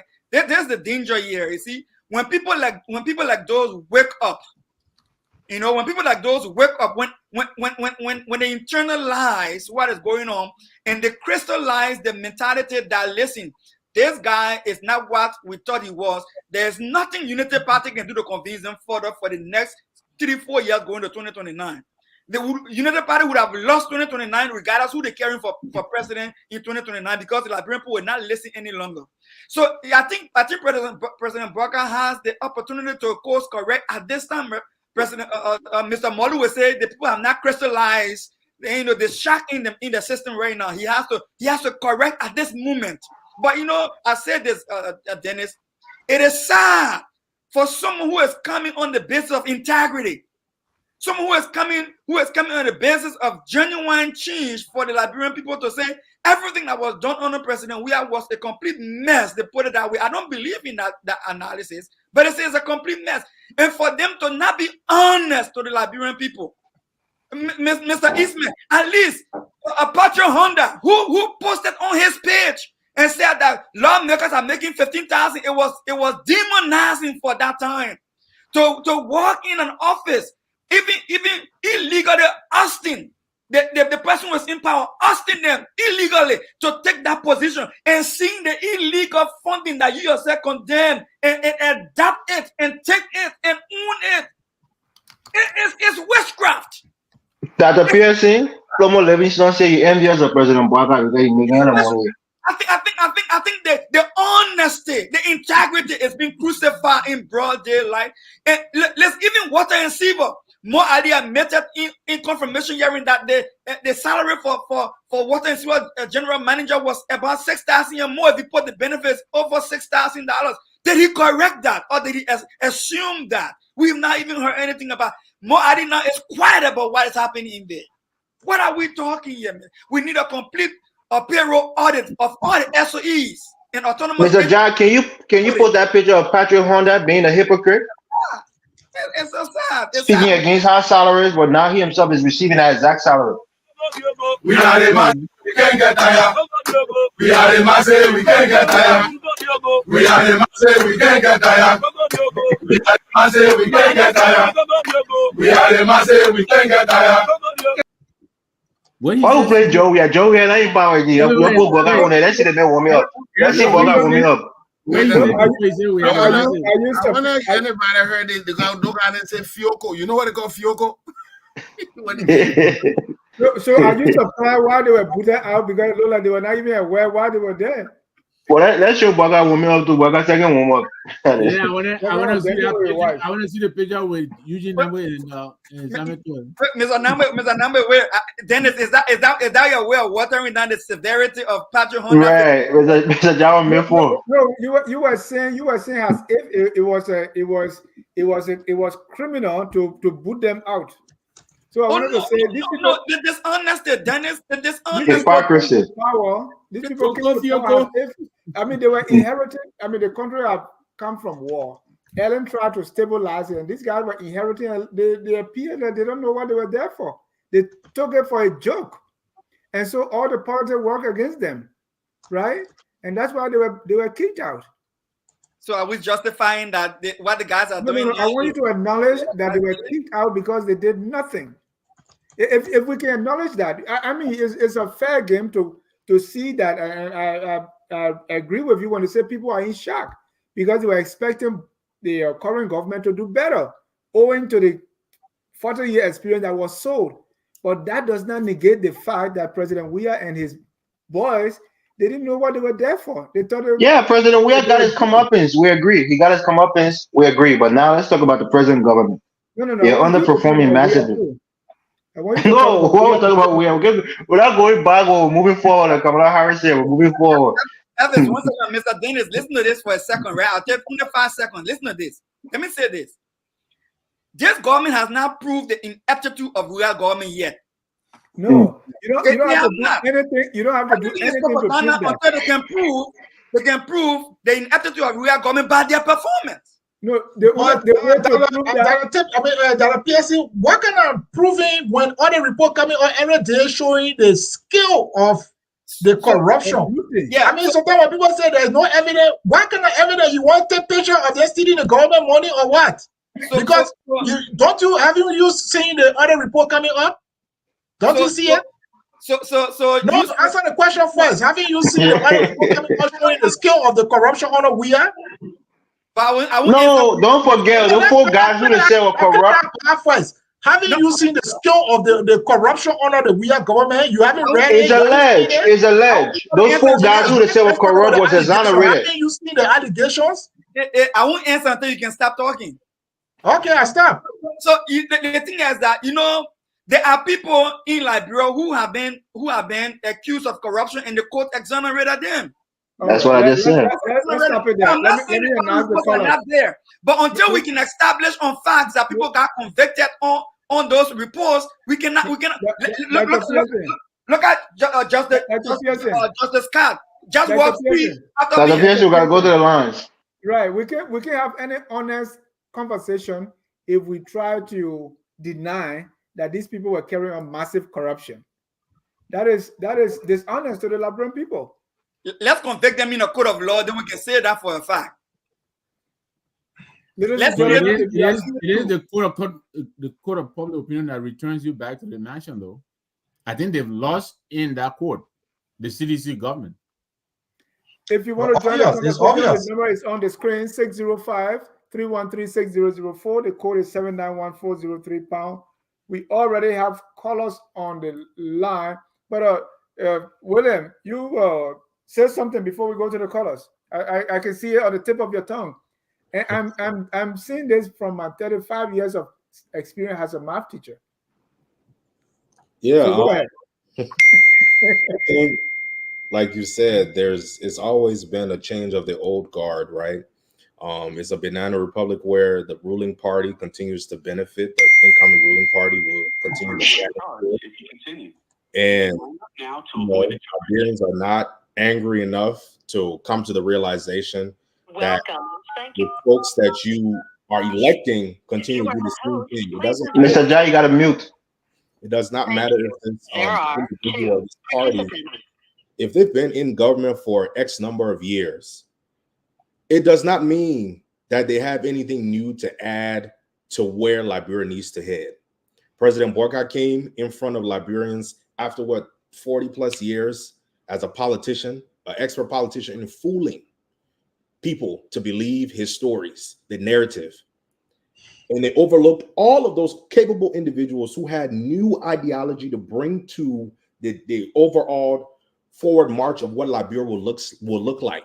Let Mr. Ellis comment. Decided, excuse me? I said let Mr. Ellis comment. Yes, I mean, a lot of 1%. Right? But at the end of the day, the old guard that was in existence denied them the opportunity. And Liberians backed it because Liberians believe the same old thing that has been shared in every election, that if you give me another chance, I will do something differently. The man openly stated that he squandered opportunities under his administration, and people still wanted to trust him. And I think Liberians have made their bed; they must lie in it.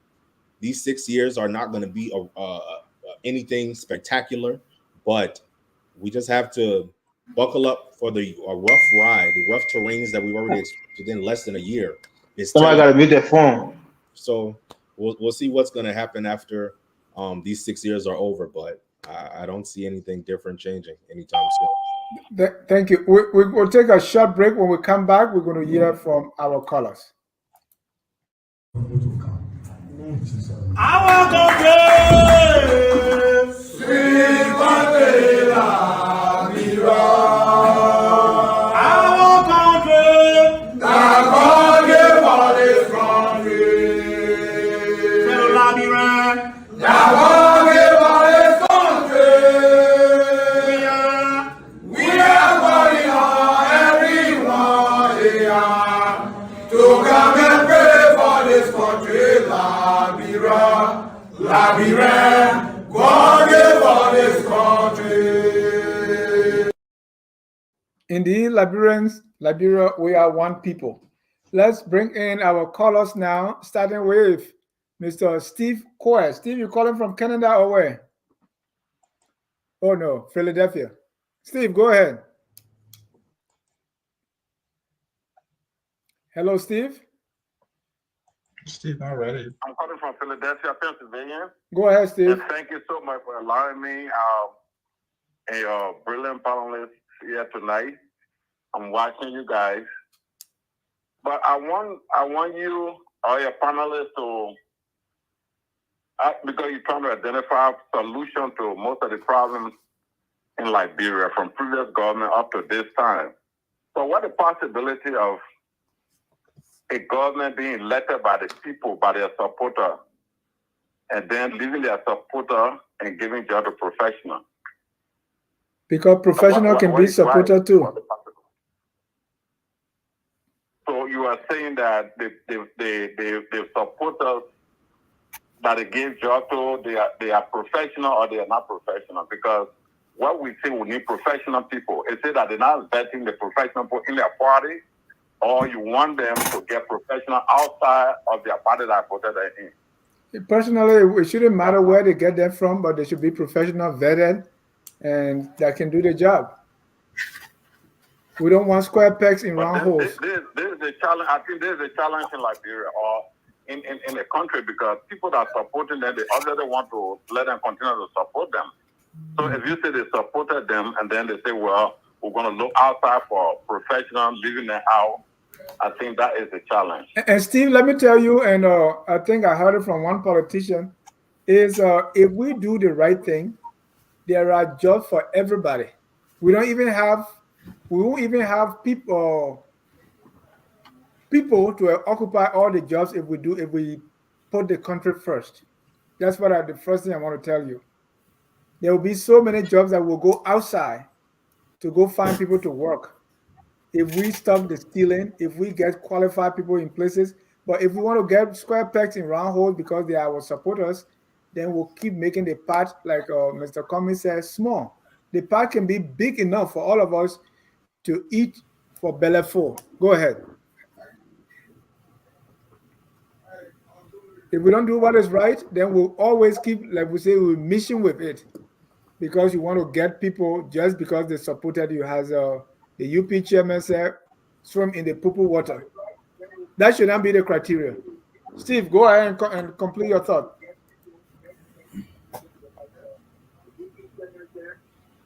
Oh, Steve, you are listening to us.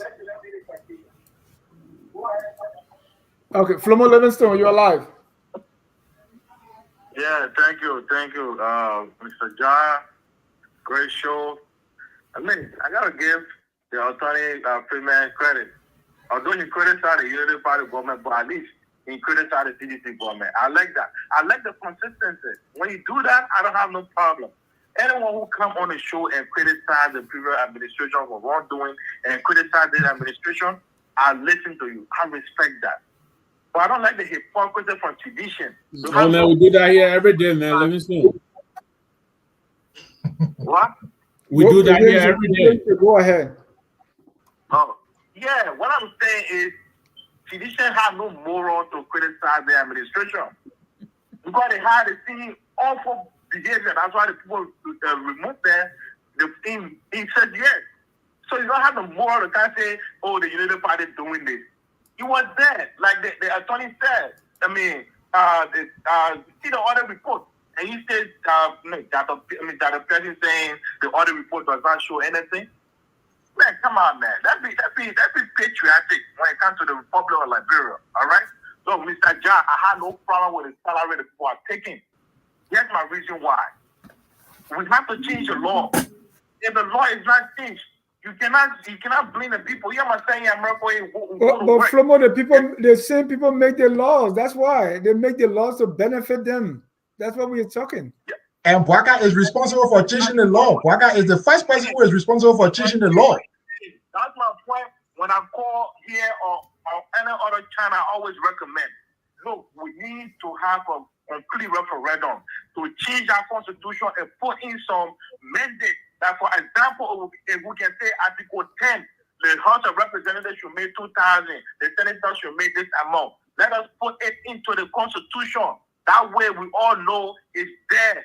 But although it's not in there, Mr. Job, people will come and change it because it is not there. They make their own law. You get the representative, the House of Legislatures who set salary for president, vice president, and other things, and then set salary for themselves. It shouldn't be like that, Mr. Job. That's why you see I don't have a problem with those who are making all this money. So people on the show here, some people on the show here, right now I can challenge you, Mr. Job. You're playing that same position with that same salary. I bet you they won't take that. They won't take pay cut. They will accept that money and take it.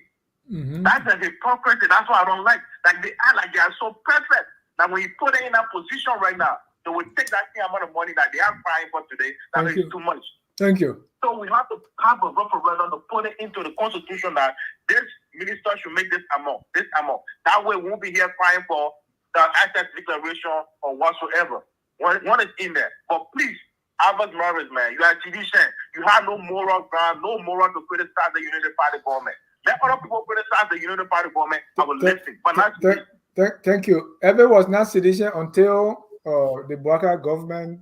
Until a few months after the Boakai government, he was always a simple. No, he was a sympathizer, but he has graduated from that. From 763 area code, your name and where you calling from. 763-353-9880. Your name and where you calling from. I'm Joseph. We are. Go ahead, Joe. From Minnesota. Mr. John. Yes, sir. I will like to disagree with you 100%. If you say that the CDC government was empowered, they didn't even know what they came to do, then I will agree with you. 1. 2. Your previous caller spoke about hypocrisy. I know how do you understand the word hypocrisy? If you say the George Riley government, in fact, the first thing, the Unity Party government came to power on deception, and they came to power on propaganda, and they came to power on a lot of things, fake news and stuff. This is why our country is still falling back, and we have to stop this. Now, You see, CDC came to power, they don't know what they were doing. But I want you to compare the 100 days labor of CDC and Union Party. Compare. They no match. They no match. It's 6 months to Now, 7, you see the 6 years CDC to 7 months. Let me It's let not my thought. 1 comparison. minute. Let me let my thought. You see the CDC government was doing this, was doing that. But you, today, you in power that you are doing more than that. I want you to tell me, as a journalist or whatever you think, do we have appointed any of a close relative? But look in brother office today. Brother got his daughter working in your office, working in your home. Brother. There are so many. Even the vice president works himself as a minister. But I want you to tell me whether Georgia has ever appointed any of a relative in power. Okay? Tell me. No. So, I mean, we have to. The whole George Weah thing is, I don't know how to describe it. George Weah is the worst thing that ever happened to Liberia. Let the sedition have the say, my man. George Weah, my man, boy, it's annoying when people come on the show and try to tell that George Weah was something better for Liberia. George Weah was the worst No opinion. Let him mention the opinion. It's very annoying. Hold on, guys. Let him finish. Yeah, it's annoying. It's very annoying. Mr. Freeman, that's a policy. Let him make it. Don't get triggered. Don't get triggered, Mr. Your thoughts, Joseph? Yeah, that George Weah business. I mean, you talk about Liberia. George Weah, talking about George Weah is a nuisance. Mr. Freeman, that's a policy. Let him make it. Georgia government, you guys said Georgia government was incompetent. Okay, for typical example, now Georgia was in power. Rest was $18, $19, but the Union Party government came to power. Okay. Rest is $21, close to $25. So compare the two. Thank you. Thank you, Joe. Let me take my last caller here, and that will be Mr. Calavo Gonglo. Mr. Gonglo, go ahead. Mr. Gonglo, go ahead. All right, I think Gonglo fell asleep. Okay, gentlemen, let's get your response to the callers. Oh, I'm talking, Dennis. Okay. All right, go ahead. Now we're hearing you. Well, I think I was muted. I didn't know that because when I got logged in, I muted myself. Okay. Go ahead, sir. But great show. When I listen to you guys and I listen to the callers, I think this actually is one of the classic justifications why we need a military intervention in the political process. Oh, God.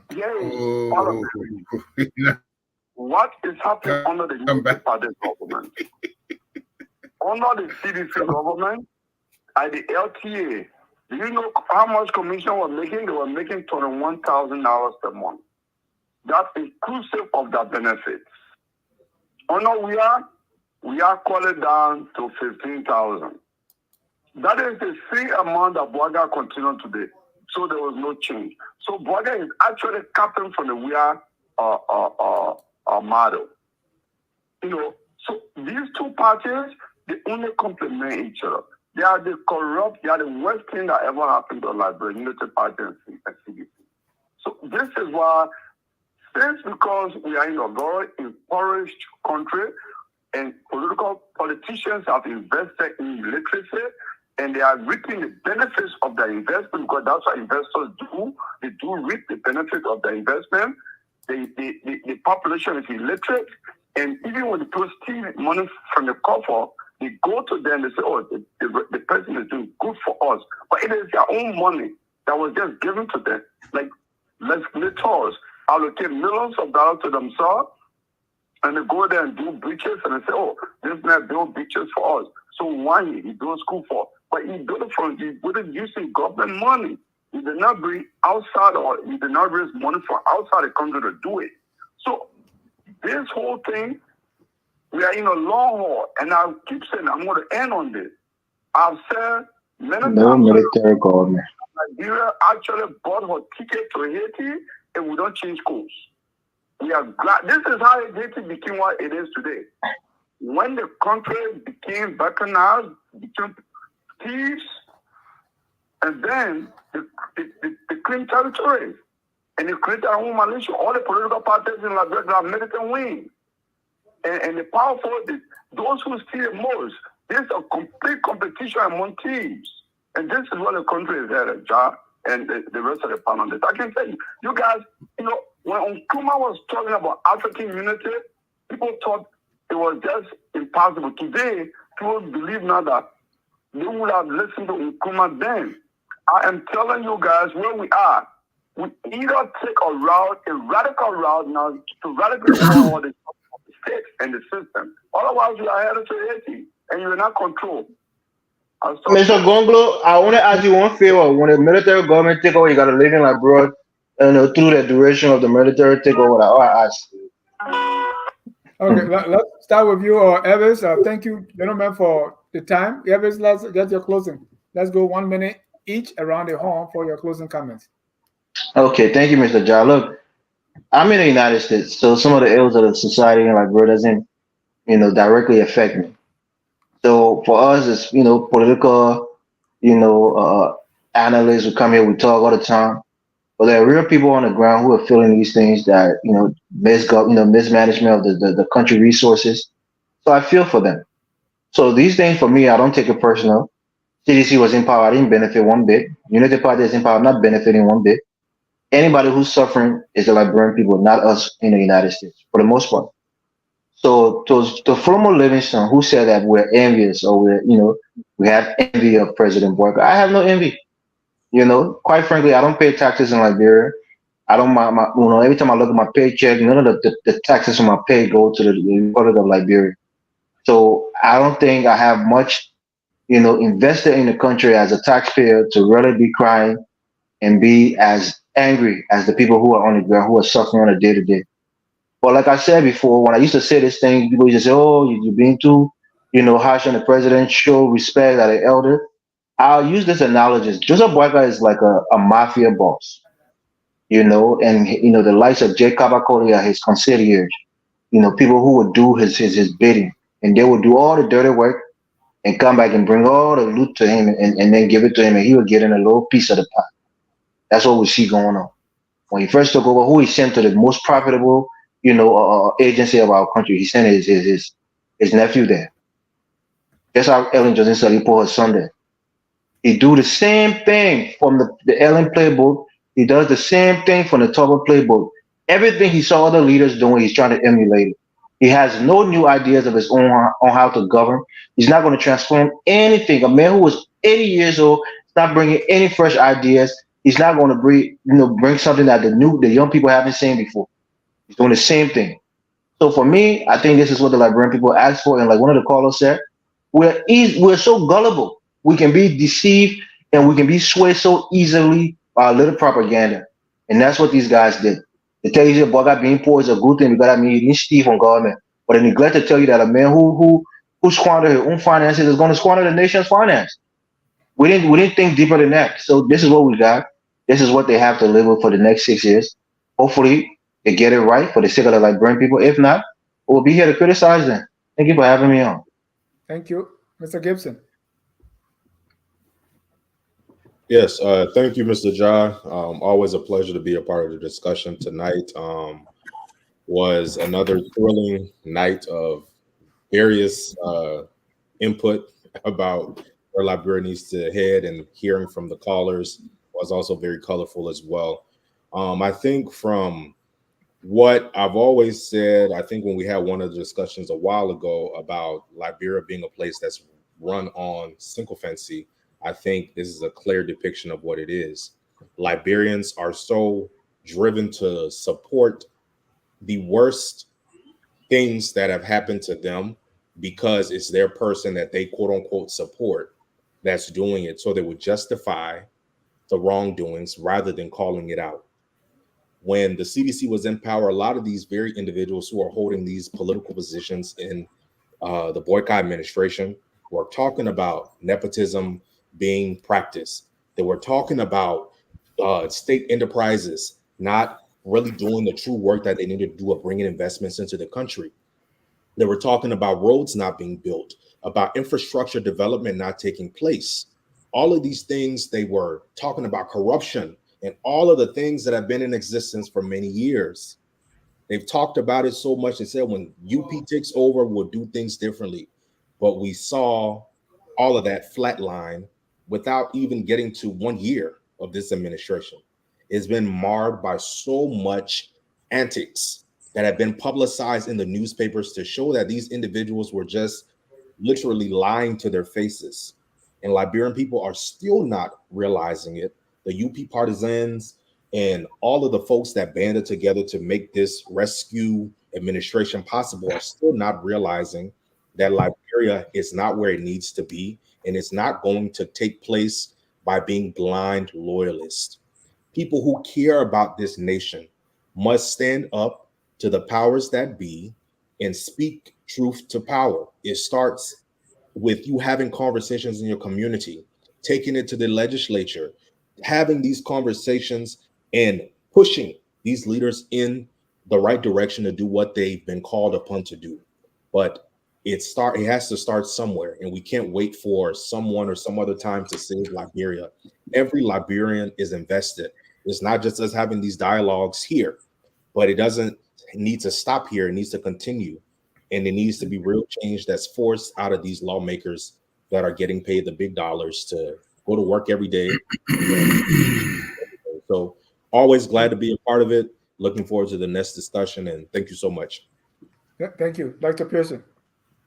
Thank you for having me tonight, Dennis, and thanks to our viewers and listeners out there. I want to say before I close, I think it was Flomo who said that I oppose audit. And I think that's a complete misunderstanding. What I think I meant to say, and I said, was that, listen, when we do campaign and we try to get another political party out of the way so that we can take over, people come with campaign messages, and a lot of the time those messages are not the facts. Those are made up stories intended to gain popularity, to gain the sympathy of those who we want to convince to vote for us. And we've seen that over and over in our politics. People lie on each other, and then they come to power and do worse than what they said others were doing. They cannot even show proof. And I think what I tried to say about the audit is that when President Boakai comes to power and play high and go seek with the audits and compromise integrated institutions so that they start to audit people who are not even right under the nose, but people who are arm's length away from them, is hypocritical.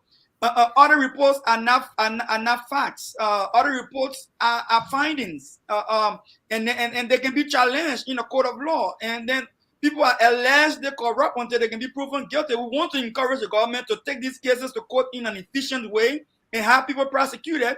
And when they're found guilty, then we can hold them accountable for their crimes. Until then, all of this thing is just a political charade.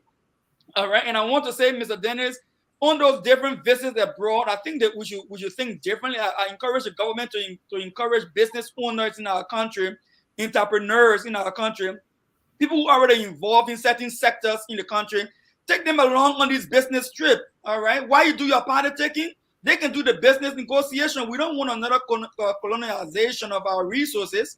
We want to have partnership where people can come and partner what we already have, so we can build millionaires in our own country. We can build a middle class in our own country. So instead of bringing somebody to come and take over the rubber sector, take somebody who's in the rubber sector with you to this business firm, and then they can negotiate to improve what they're doing. In the mining sector, do we want to have in our port management? Why we want partnership, but we want someone to come and colonize us in our economy? We don't want that anymore. So we pray that we can do something different about taking our own business people who are serious minded and doing well with them on this business trip and get them connected with businesses out there. And lastly, I want to say, Mr. Dennis, listen, it is bad for us when we are in these forums and then we have these videos coming up like the riot at CDC headquarters while President Boakai was in Atlanta, Georgia, and with what's going on right now in Grand Jida while he's in Indonesia. I think we need to try as much as we can to get some of these things under control as best as possible so we can get a positive image of our country out there. Other than that, we'll try to go out there and try to bring people in, but we want to be scaring people away in the process. So we're not achieving nothing. It's the putting, making, there was a drawing water with a leaking bucket, you know. And I pray that we can do something better. President Boakai needs to lead, and he's not leading well. And I pray that we can make that correction. Our entire SOEs and state-owned enterprises and agencies need to be audited. I mean, when it comes to payroll audit, and let harmonize those salaries across all SOEs, and with a proper structure and system that would give a standard as to what people can make based on performance and output.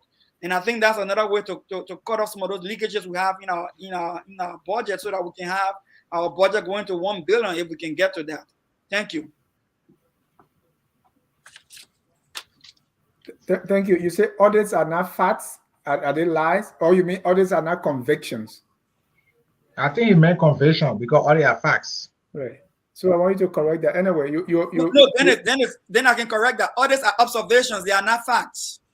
What are you talking? What are you talking? Audits are facts. Listen, I'm going to tell you, audits are not facts. Audits are observations. They can be challenged. You can have the audit findings, and I can bring it.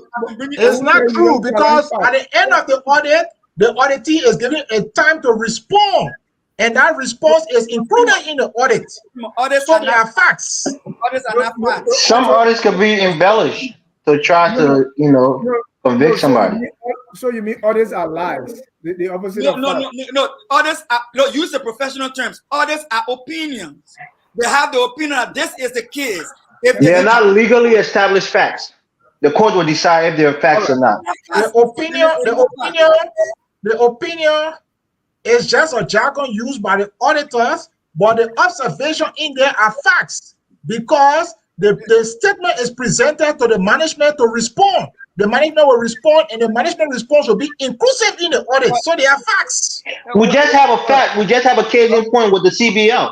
It's not. They asked for evidence. When the man presented the evidence, they declined to accept the evidence.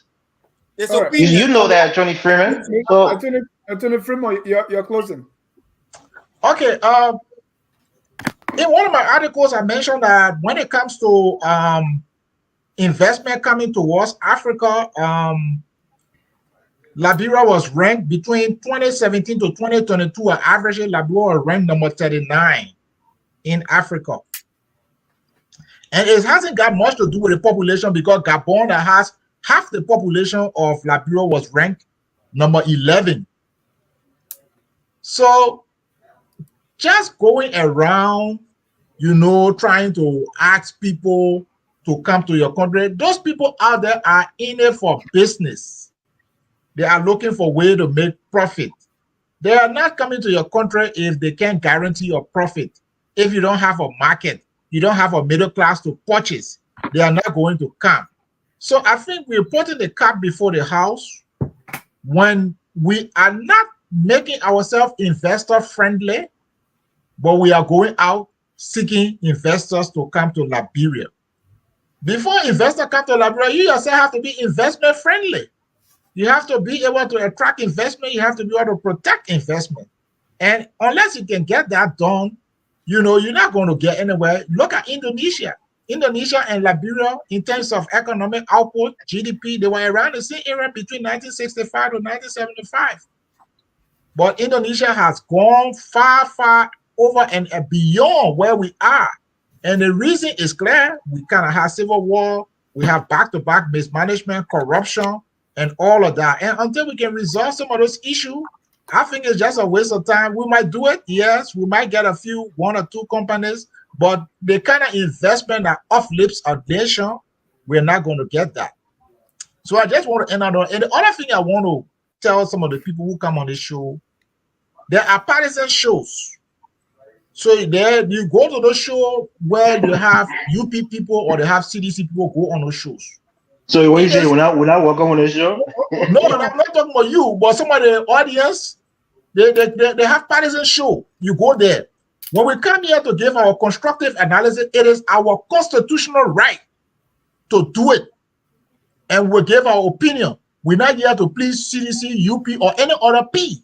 Okay? So when you come, you make your observation, but stop trying to perceive everything in terms of CDC and UP, because a majority of the Liberian people are not even in political parties. So give us a break. Let's exercise our constitutional right and stop making unnecessary accusations or trying to call out everything in terms of CDC and UP. Thank you. Mr. Nawe. Thank you very much, Dennis. Thank you, guys. Great show. I want to begin my closing by asking Jimmy to raise that song for me again. Coco Fioko. You don't know what it is. You know what they call Fioko? When they say they give you Fioko. You know what I mean? Anyway, the hell out of you. But thank you very much. Look, let me begin by talking to my friend Steve Quay, and I know Steve very well. There is absolutely nothing wrong with the president reaching out to any and all Liberians from all walks of life who are professional, who are capable. He does not need to restrict himself to the UP coalition. I'll leave it there. I think Dennis, you already affirmed that. I'll leave that there. Ellis come and say, don't keep doing the same thing and expect different results. I'll put it euphemistically, don't keep doing the same thing and expect different results. This president has been to Ghana. He's been to the Ivory Coast. He's been to Guinea-Bissau. He's been to South Korea. He's been to Texas. He's been to Atlanta. Now he's in Indonesia. He's going on to China. If it is not working the way he's presenting it, then let him try to do it differently. I think it was Councilor Freeman here who said, let me take some of the business people who are successful here in Liberia.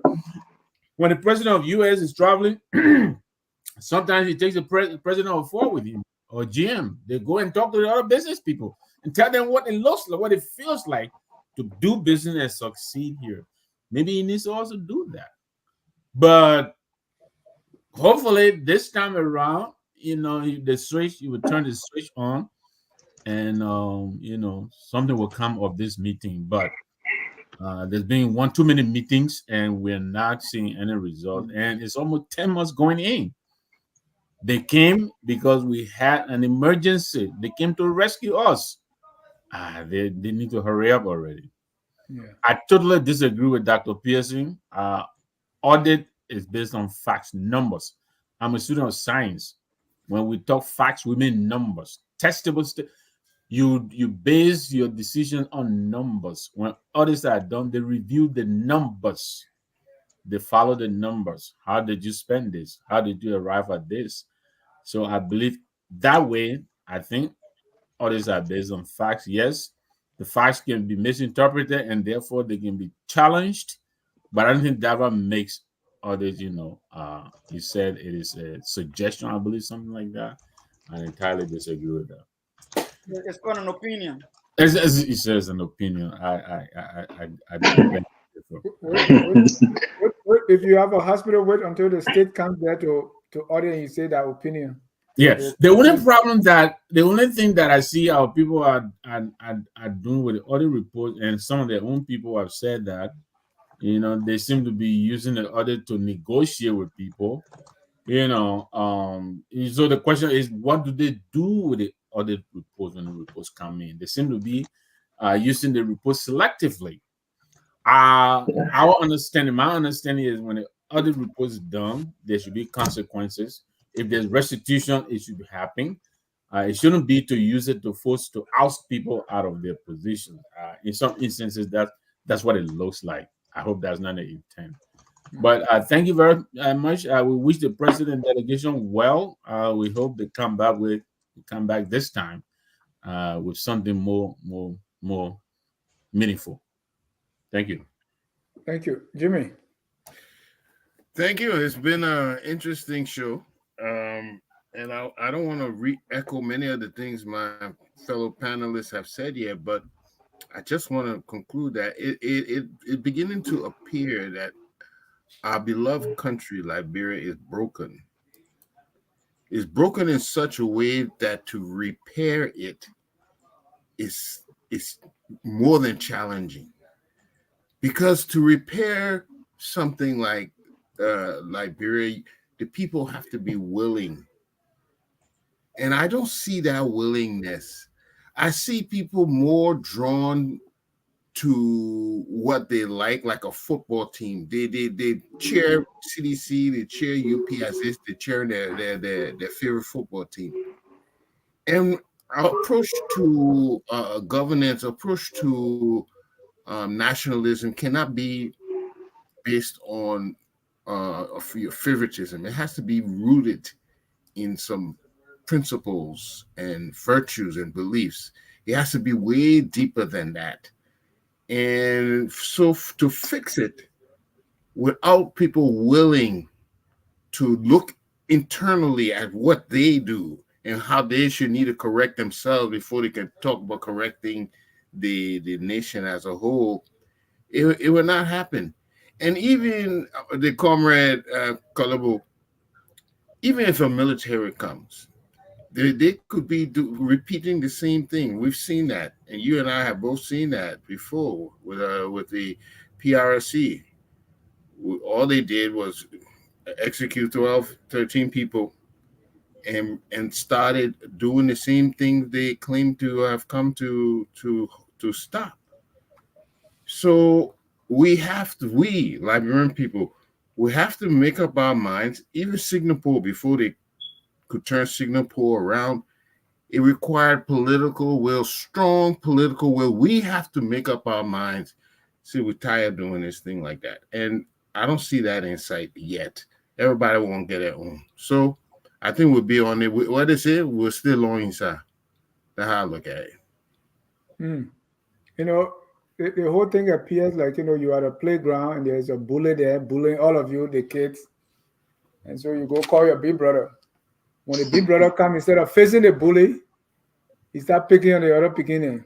The rescue mission really is supposed to be rescuing us. And so far, it has not happened, and we are hoping, and if I should add, praying, that it happens very soon. Focus on Liberia is where you need to be. We educate, we elevate, and promote all things Liberia. For the first time, I will be interviewed on Point on Sunday at 4 p.m. You know, they want to profile the greatest CEO of all time. You don't want to miss that. The non-criminal CEO. We're waiting for you on Sunday. You have no idea what you're stepping into on Sunday. Right. And so if you can do the research and go through my nearly 40 years of experience and things on the internet, then you do well. Other than that, you have a shot. But thank you, gentlemen. Always coming focused on Liberia, you know, where we educate, we elevate, and promote all things throughout the week. Tomorrow we will have Abby Tyler Healthy Living at 7. On Thursday, Tough Talking Thursday. Friday night debate. On Sunday, we have the New Day. Saturday is the History Channel. Sunday is On Point. And you have shows all throughout it. Also, don't miss the Hour of Politics with Anthony Munassier. Until then, we're going to close with our song that says, we are all Liberians. Whether you believe the rescue team is doing extremely well or not so well, we are all Liberians. What is incumbent upon all of us is to do whatever it takes to make our country the glorious land of liberty. Have a good night and God bless you. We are Liberians. Liberia is our home.